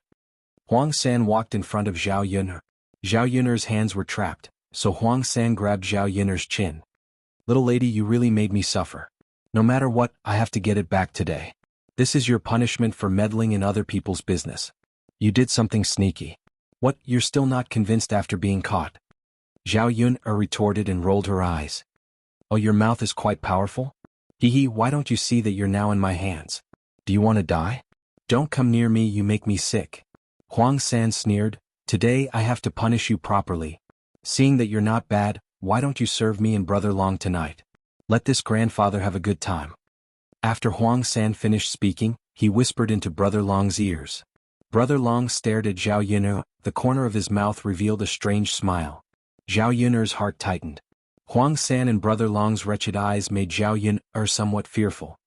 These two people, they wouldn't really do that kind of thing to her, right?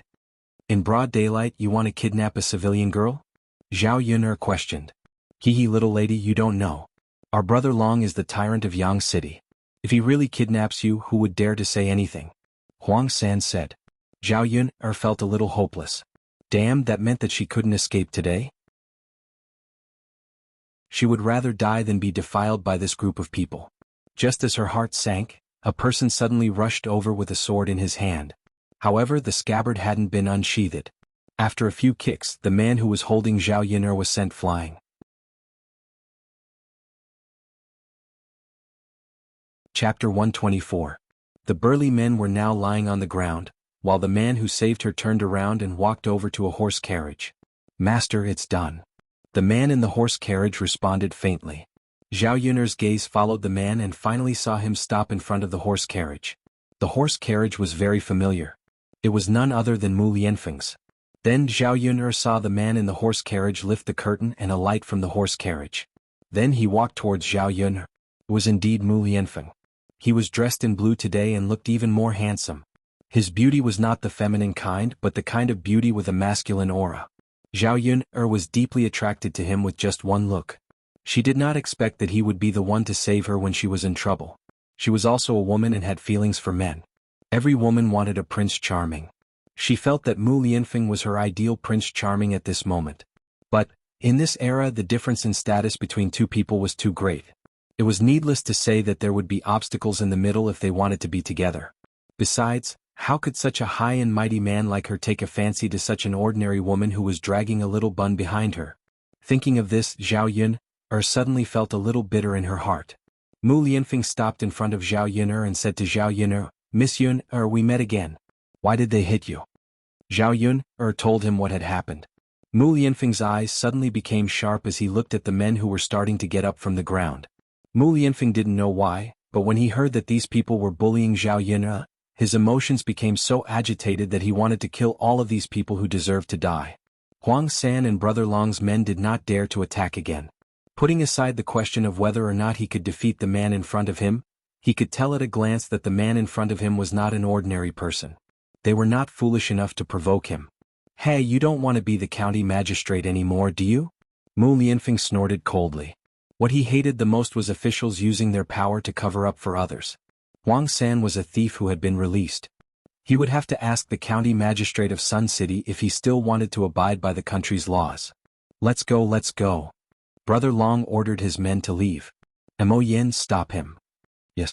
The man who had just saved Zhao Yun'er stood in front of Brother Long. He crossed his arms and held a long sword in his hand. He swept his gaze over Brother Long and the others coolly. Brother Long immediately chuckled at Mo Yen and Mu Lianfeng. It's a misunderstanding, a misunderstanding. This has nothing to do with us. If you want to find someone, you should find Huang San.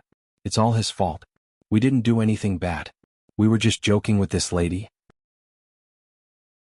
The corners of Mu Lianfeng's lips curled up indifferently. Joking? If he had not happened to see it, who knew what other accidents would have happened to Zhao Yun'er? Would she have been bullied by these people? Huang San saw that Brother Long was no longer on his side and had begun to admit defeat. He knew that he would probably be in trouble, so he quickly ran away. However, Huang San had only taken a few steps when Mo Yen appeared before him with a flash.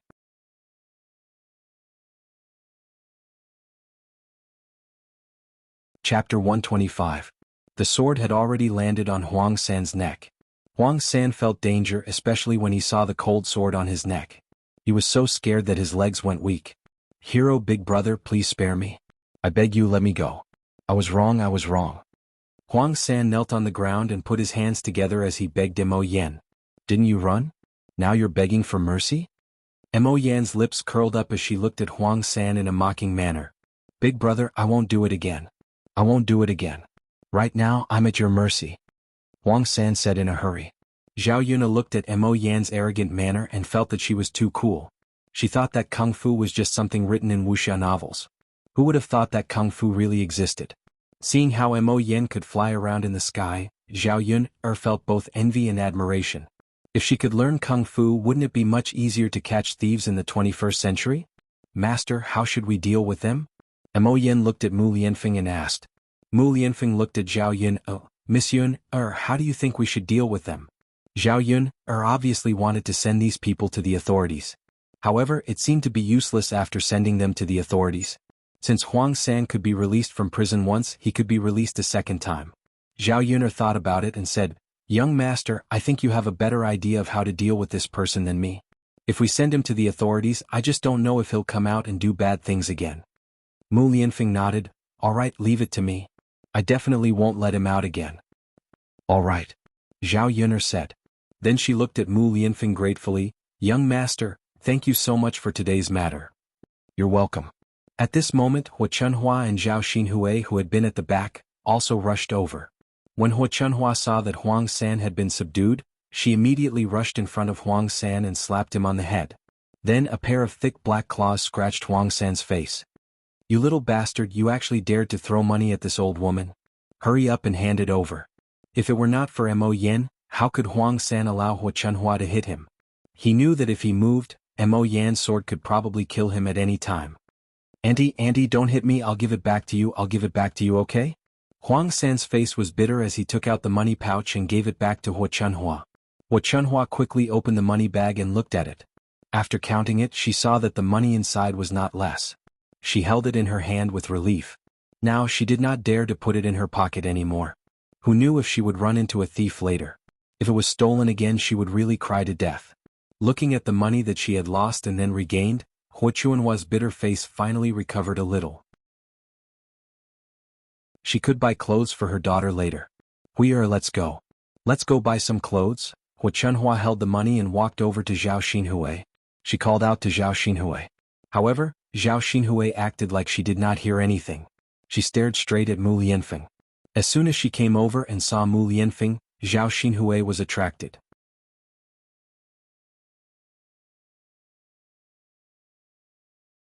Chapter 126. Zhao Yun's gaze also landed on Zhao Xinhui. This woman was actually looking at a man in such a manner in front of so many people. She was really, even if she was love-struck, she didn't have to be like this, did she? Mu Lianfeng seemed to feel Zhao Xinhui's scorching gaze and looked over at Zhao Xinhui. With this look, Zhao Xinhui's heart rippled. Thinking that Mu Lianfeng was interested in her, she couldn't help but blink at Mu Lianfeng. Mu Lianfeng frowned and asked Zhao Xinhui, "Miss, do you have an eye disease? Do you want to go to the medical hall to have a look?" Zhao Yun, who was listening at the side, almost couldn't help laughing out loud. Mu Lianfeng was really too funny. Why didn't she see that he had the potential to be so humorous? "Sir, I don't have an eye disease," Zhao Xinhui hurriedly explained, afraid that she would ruin Mu Lianfeng's beautiful image. "Then why do you keep winking at me?" Mu Lianfeng's voice was indifferent. Zhao Xinhui was a little anxious. She couldn't possibly say that she was winking at Mu Lianfeng, right? Mu Lianfeng ignored Zhao Xinhui and turned to Zhao Yun. He said to Zhao Yun, "Miss Yun, I still have something to do, so I'll go back first.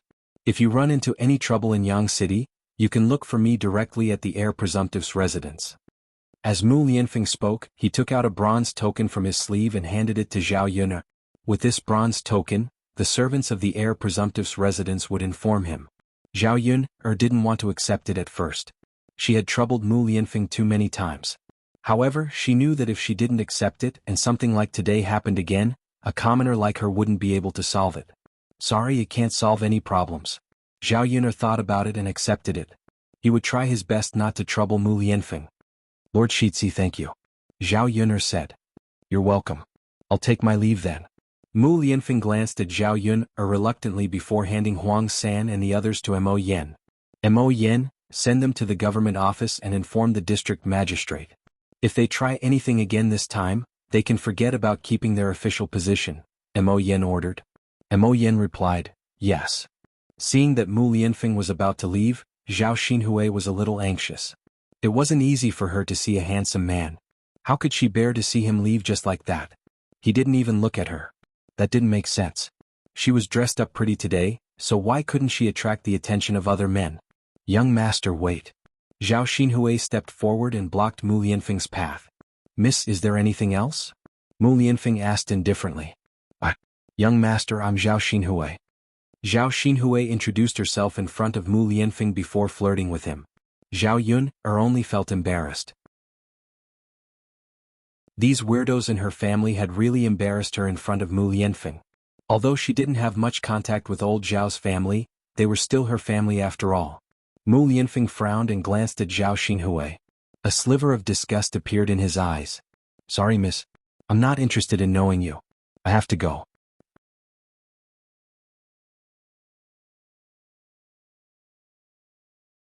Chapter 127.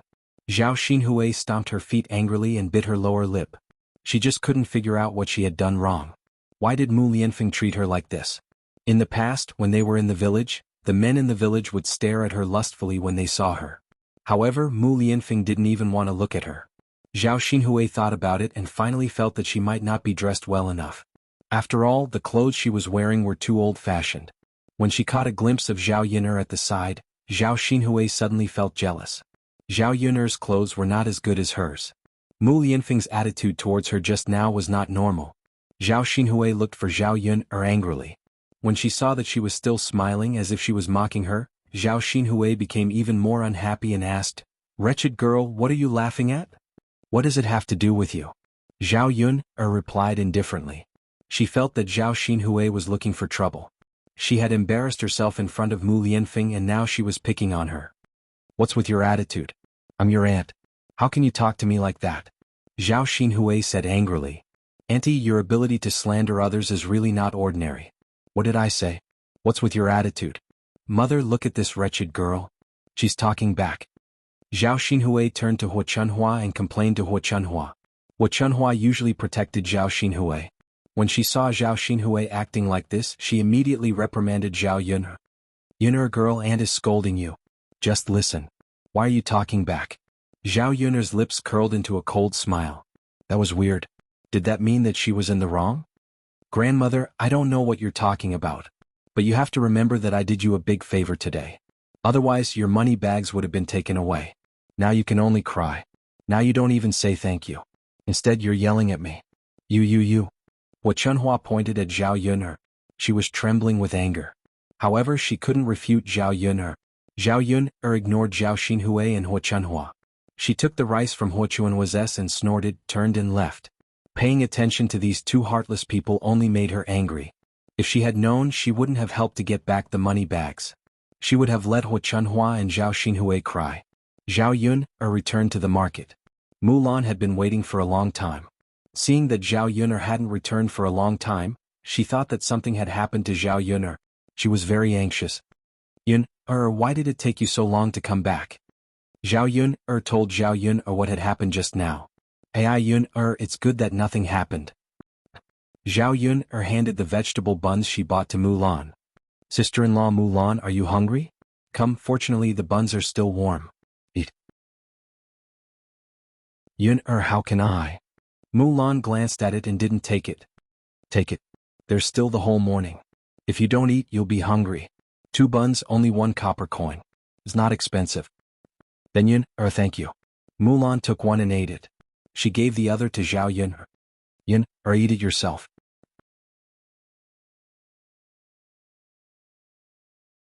Chapter 128. Really? Really? How could I not eat it myself? Oh, okay. Yun'er, I'll eat it myself? Okay. Mulan was really hungry. She swallowed the 2 buns in a short while.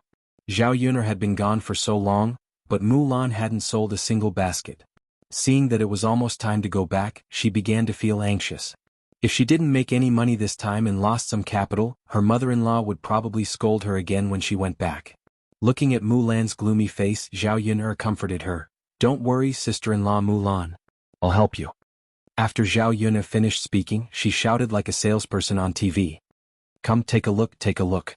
Don't miss it when you pass by. It's a practical and beautiful basket, a wicker basket. Zhao Yun'er's voice was clear and pleasant, and she shouted with great effort. Many passers-by came forward to take a look. Miss, how much is this basket? Auntie, this basket was originally 10 coins. Just now an uncle bought one and left.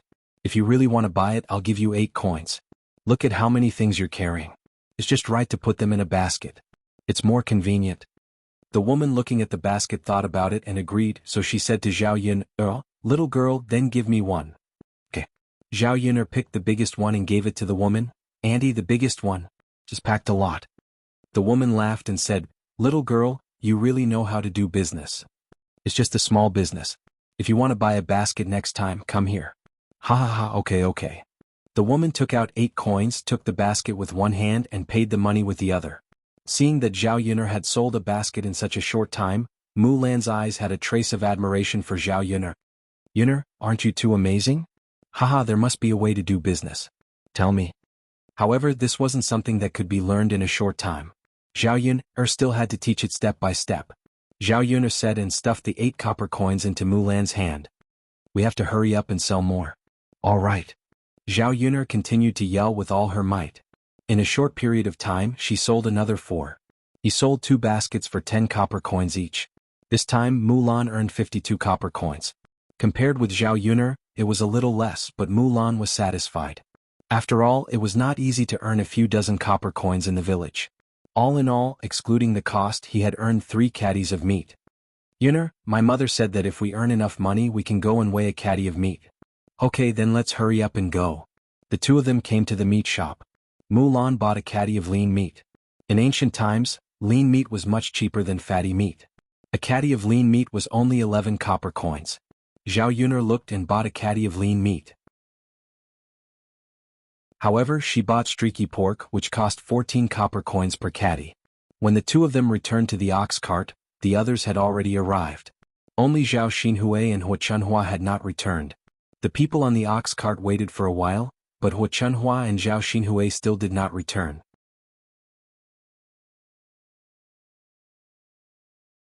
Chapter 129. Why are they dawdling? They're still not here. Have they never been to the city before? I wonder what they're doing. Sigh, they're still not here. Normally they would have taken action long ago. Old man Hu, let's go. What are we waiting for? We don't know when they'll be back. Let's go. They've implicated us. These women were impatient and began to complain. Old man Hu also put away his tobacco pipe gloomily. Usually, when they took the ox cart, there was a rule that they had to come back at a certain time and then set off for home. Hua Chunhua and Zhao Xinhui didn't know the rules and still hadn't come back. Sigh, if we leave we don't know how they'll return to the village. What they meant was to wait a little longer. Old man Hu felt that it wasn't good to leave an old woman and a young girl behind and walk 10 to 20 miles back. I say, old man Hu, you can't be like this. How they go back is their business. Who asked them to not come back until now? If they don't come back, are we going to wait until the sky turns dark?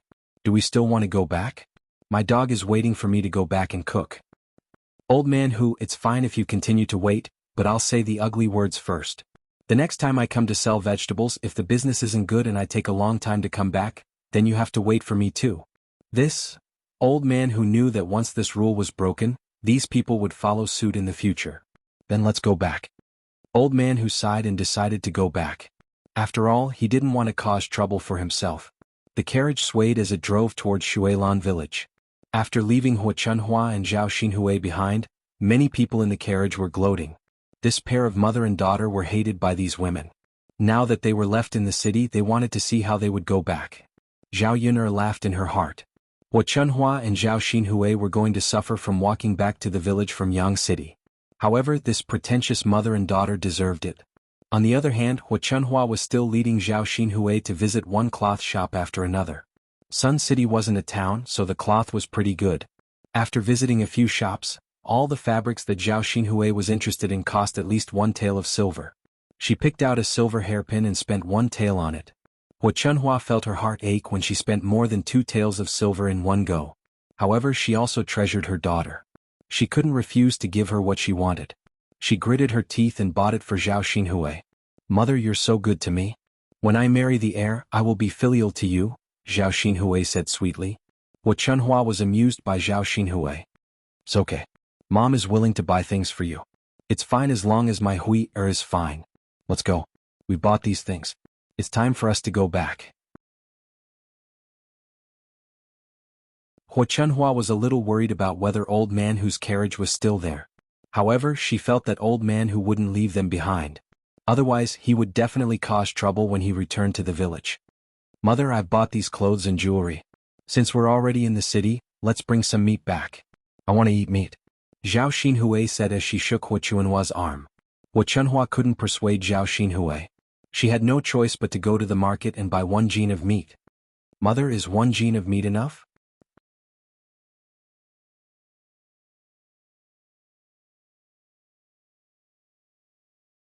Chapter 130. This meat is precious. We've already spent a lot of money today, so we can't spend any more. We have to be thrifty. "It's all right, Mother will secretly cook this meat for you."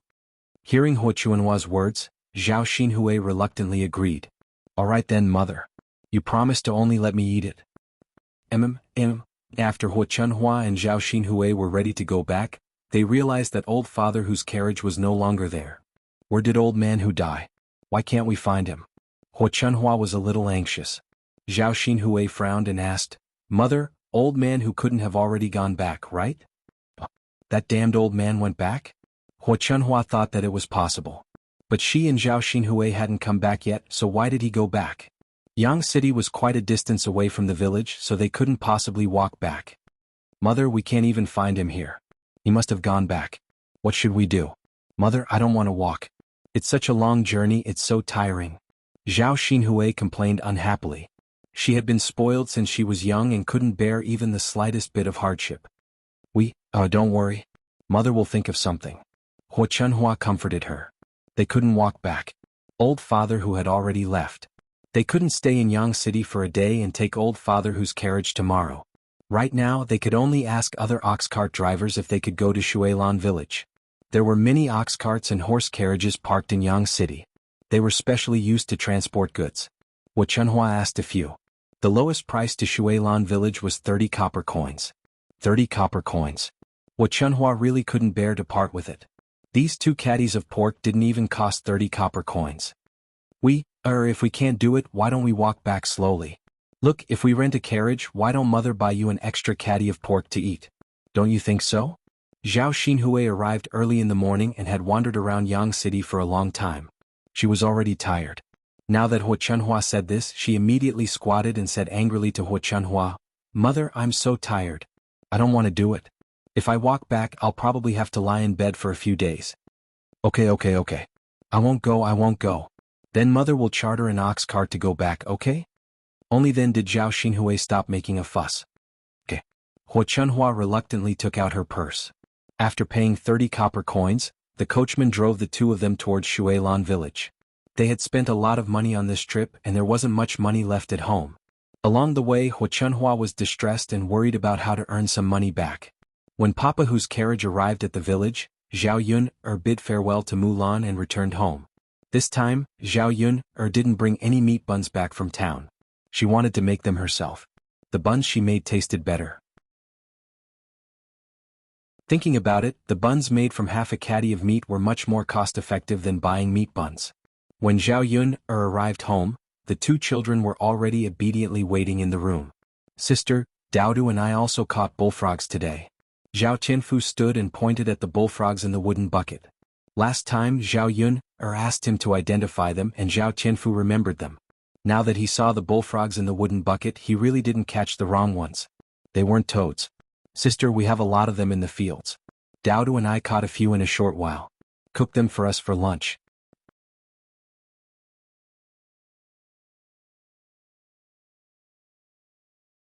Chapter 131. Haha, you guys are great. No problem, I'll make it for you later. Zhao Yun'er said with a smile. Okay.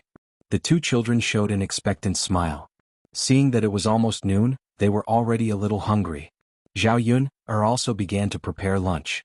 There were still some small vegetables at home that could be stir-fried.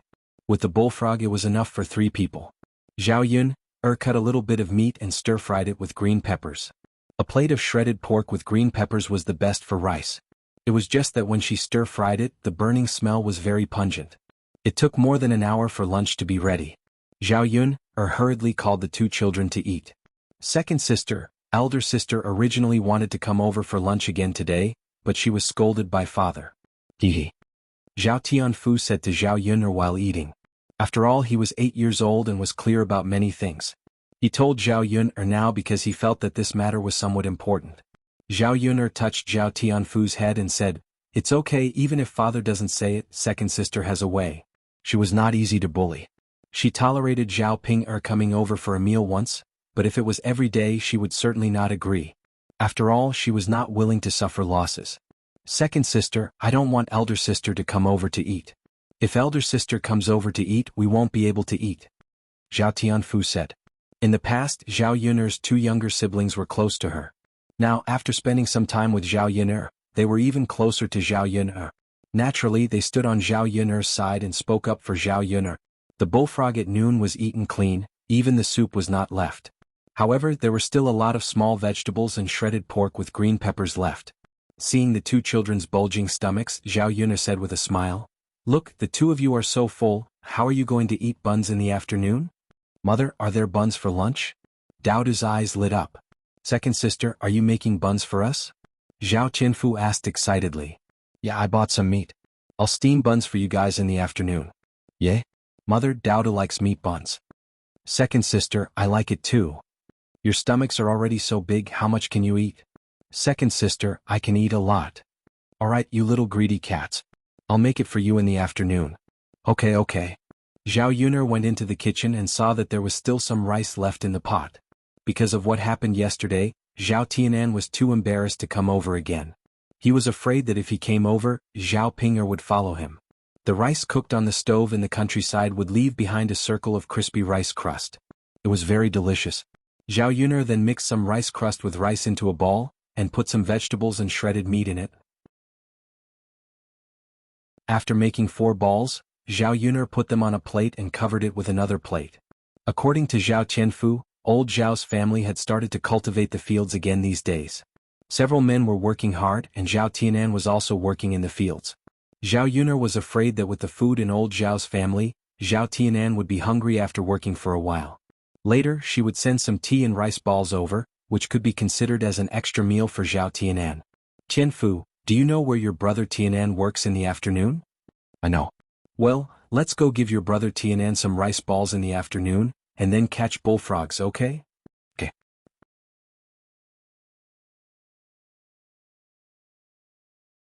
Chapter 132. The children in the countryside didn't have much entertainment, and there weren't many things that interested them. Other than catching bullfrogs, the children also played some other games together.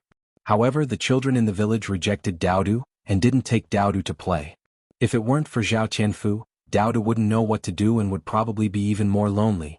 Second sister, can we take Sanner with us when we catch bullfrogs in the afternoon? He also helped us catch bullfrogs today. Zhao Yun smiled and said, of course. It would be more interesting to have a few more children together. Zhao Yun first went to Auntie Lu's place and borrowed her family's steamer. She didn't have such a thing at home. After washing the dishes, she casually busied herself. It was already 2 or 3 o'clock in the afternoon. Zhao Yun was carrying a basket with rice balls in it. There was also a small jar with honey water that she had made. Zhao Yun took the children to old Zhao's family's fields. Old Zhao's family hadn't separated yet. Over the years they had saved up money to buy fields. Slowly the number of fields had increased. Overall, the conditions in Shuilan village were above average. When Zhao Yun arrived, Zhao Baoshan, her eldest uncle, second uncle, her father and fourth uncle were busy in the fields. Among the children in the branch, her eldest uncle's eldest cousin was studying, so he wasn't allowed to intervene in this kind of rough work. Second cousin brother also came to help as well as Zhao Tianan. The others were all girls and children and they weren't allowed to come to the fields. Although there were cows in the fields in ancient times, not every family had cows. There were only a few families in the village who raised cows. At this time they were also using their cows to open up the fields at home. If they helped others open up the fields, they would be charged 30 to 40 copper coins per moo. Many villagers were reluctant to do so. Anyway, there were many people in the family. They could slowly use the shovel to reclaim 1 or 2 moo of land in a day. This could save them a small amount of money. After a few days of hard work, old Zhao's family's fields were almost completely reclaimed. Now the main thing was to fill the fields with water, then sprinkle rice and wait for the seedlings to grow. The men rolled up their trousers and walked barefoot in the field. When Zhao Yuner came over, the first person who saw Zhao Yuner was Zhao Yuner's second cousin, Zhao Tianhu. "Second cousin, why are you here?" Zhao Tianhu greeted Zhao Yuner politely. Zhao Yuner greeted Zhao Tianhu. "I'm here to look for Tianan." Zhao Yuner smiled. "Oh." Zhao Tianhu responded and shouted to Zhao Tianan, "Tianan, your second sister is looking for you." Zhao Tianan looked back. When he saw Zhao Yuner, he was a little happy and walked in the direction of Zhao Yuner. "Second sister, why are you here?" "I brought you delicious food. Are you full for lunch?" "Second sister, why are you bringing me food?" "You eat it yourself." "It's okay. There's still food at home. I'm afraid you'll be tired from work and get hungry easily. If you don't come over for lunch, I'll bring you food," Zhao Yuner said and asked Zhao Tianan to sit down. Seeing that Zhao Yuner went through so much trouble to come, Zhao Tianan couldn't say anything to refuse. "Second sister, I'll go wash my hands first." "Okay." Zhao Tianan washed his hands in the small ditch next to him. The ancient river wasn't polluted, so it was very clear and clean. After Zhao Tianan washed his hands, he sat next to Zhao Yuner. You're tuning in to the Han Li's Wuxia Chronicles YouTube channel. We're so grateful for your support, and don't forget to subscribe to join us on this incredible journey through captivating stories. Your generosity through donations truly makes a world of difference, as it's the primary source of revenue that allows me to expand and enhance this channel for you. Thank you from the bottom of my heart for being a part of this adventure.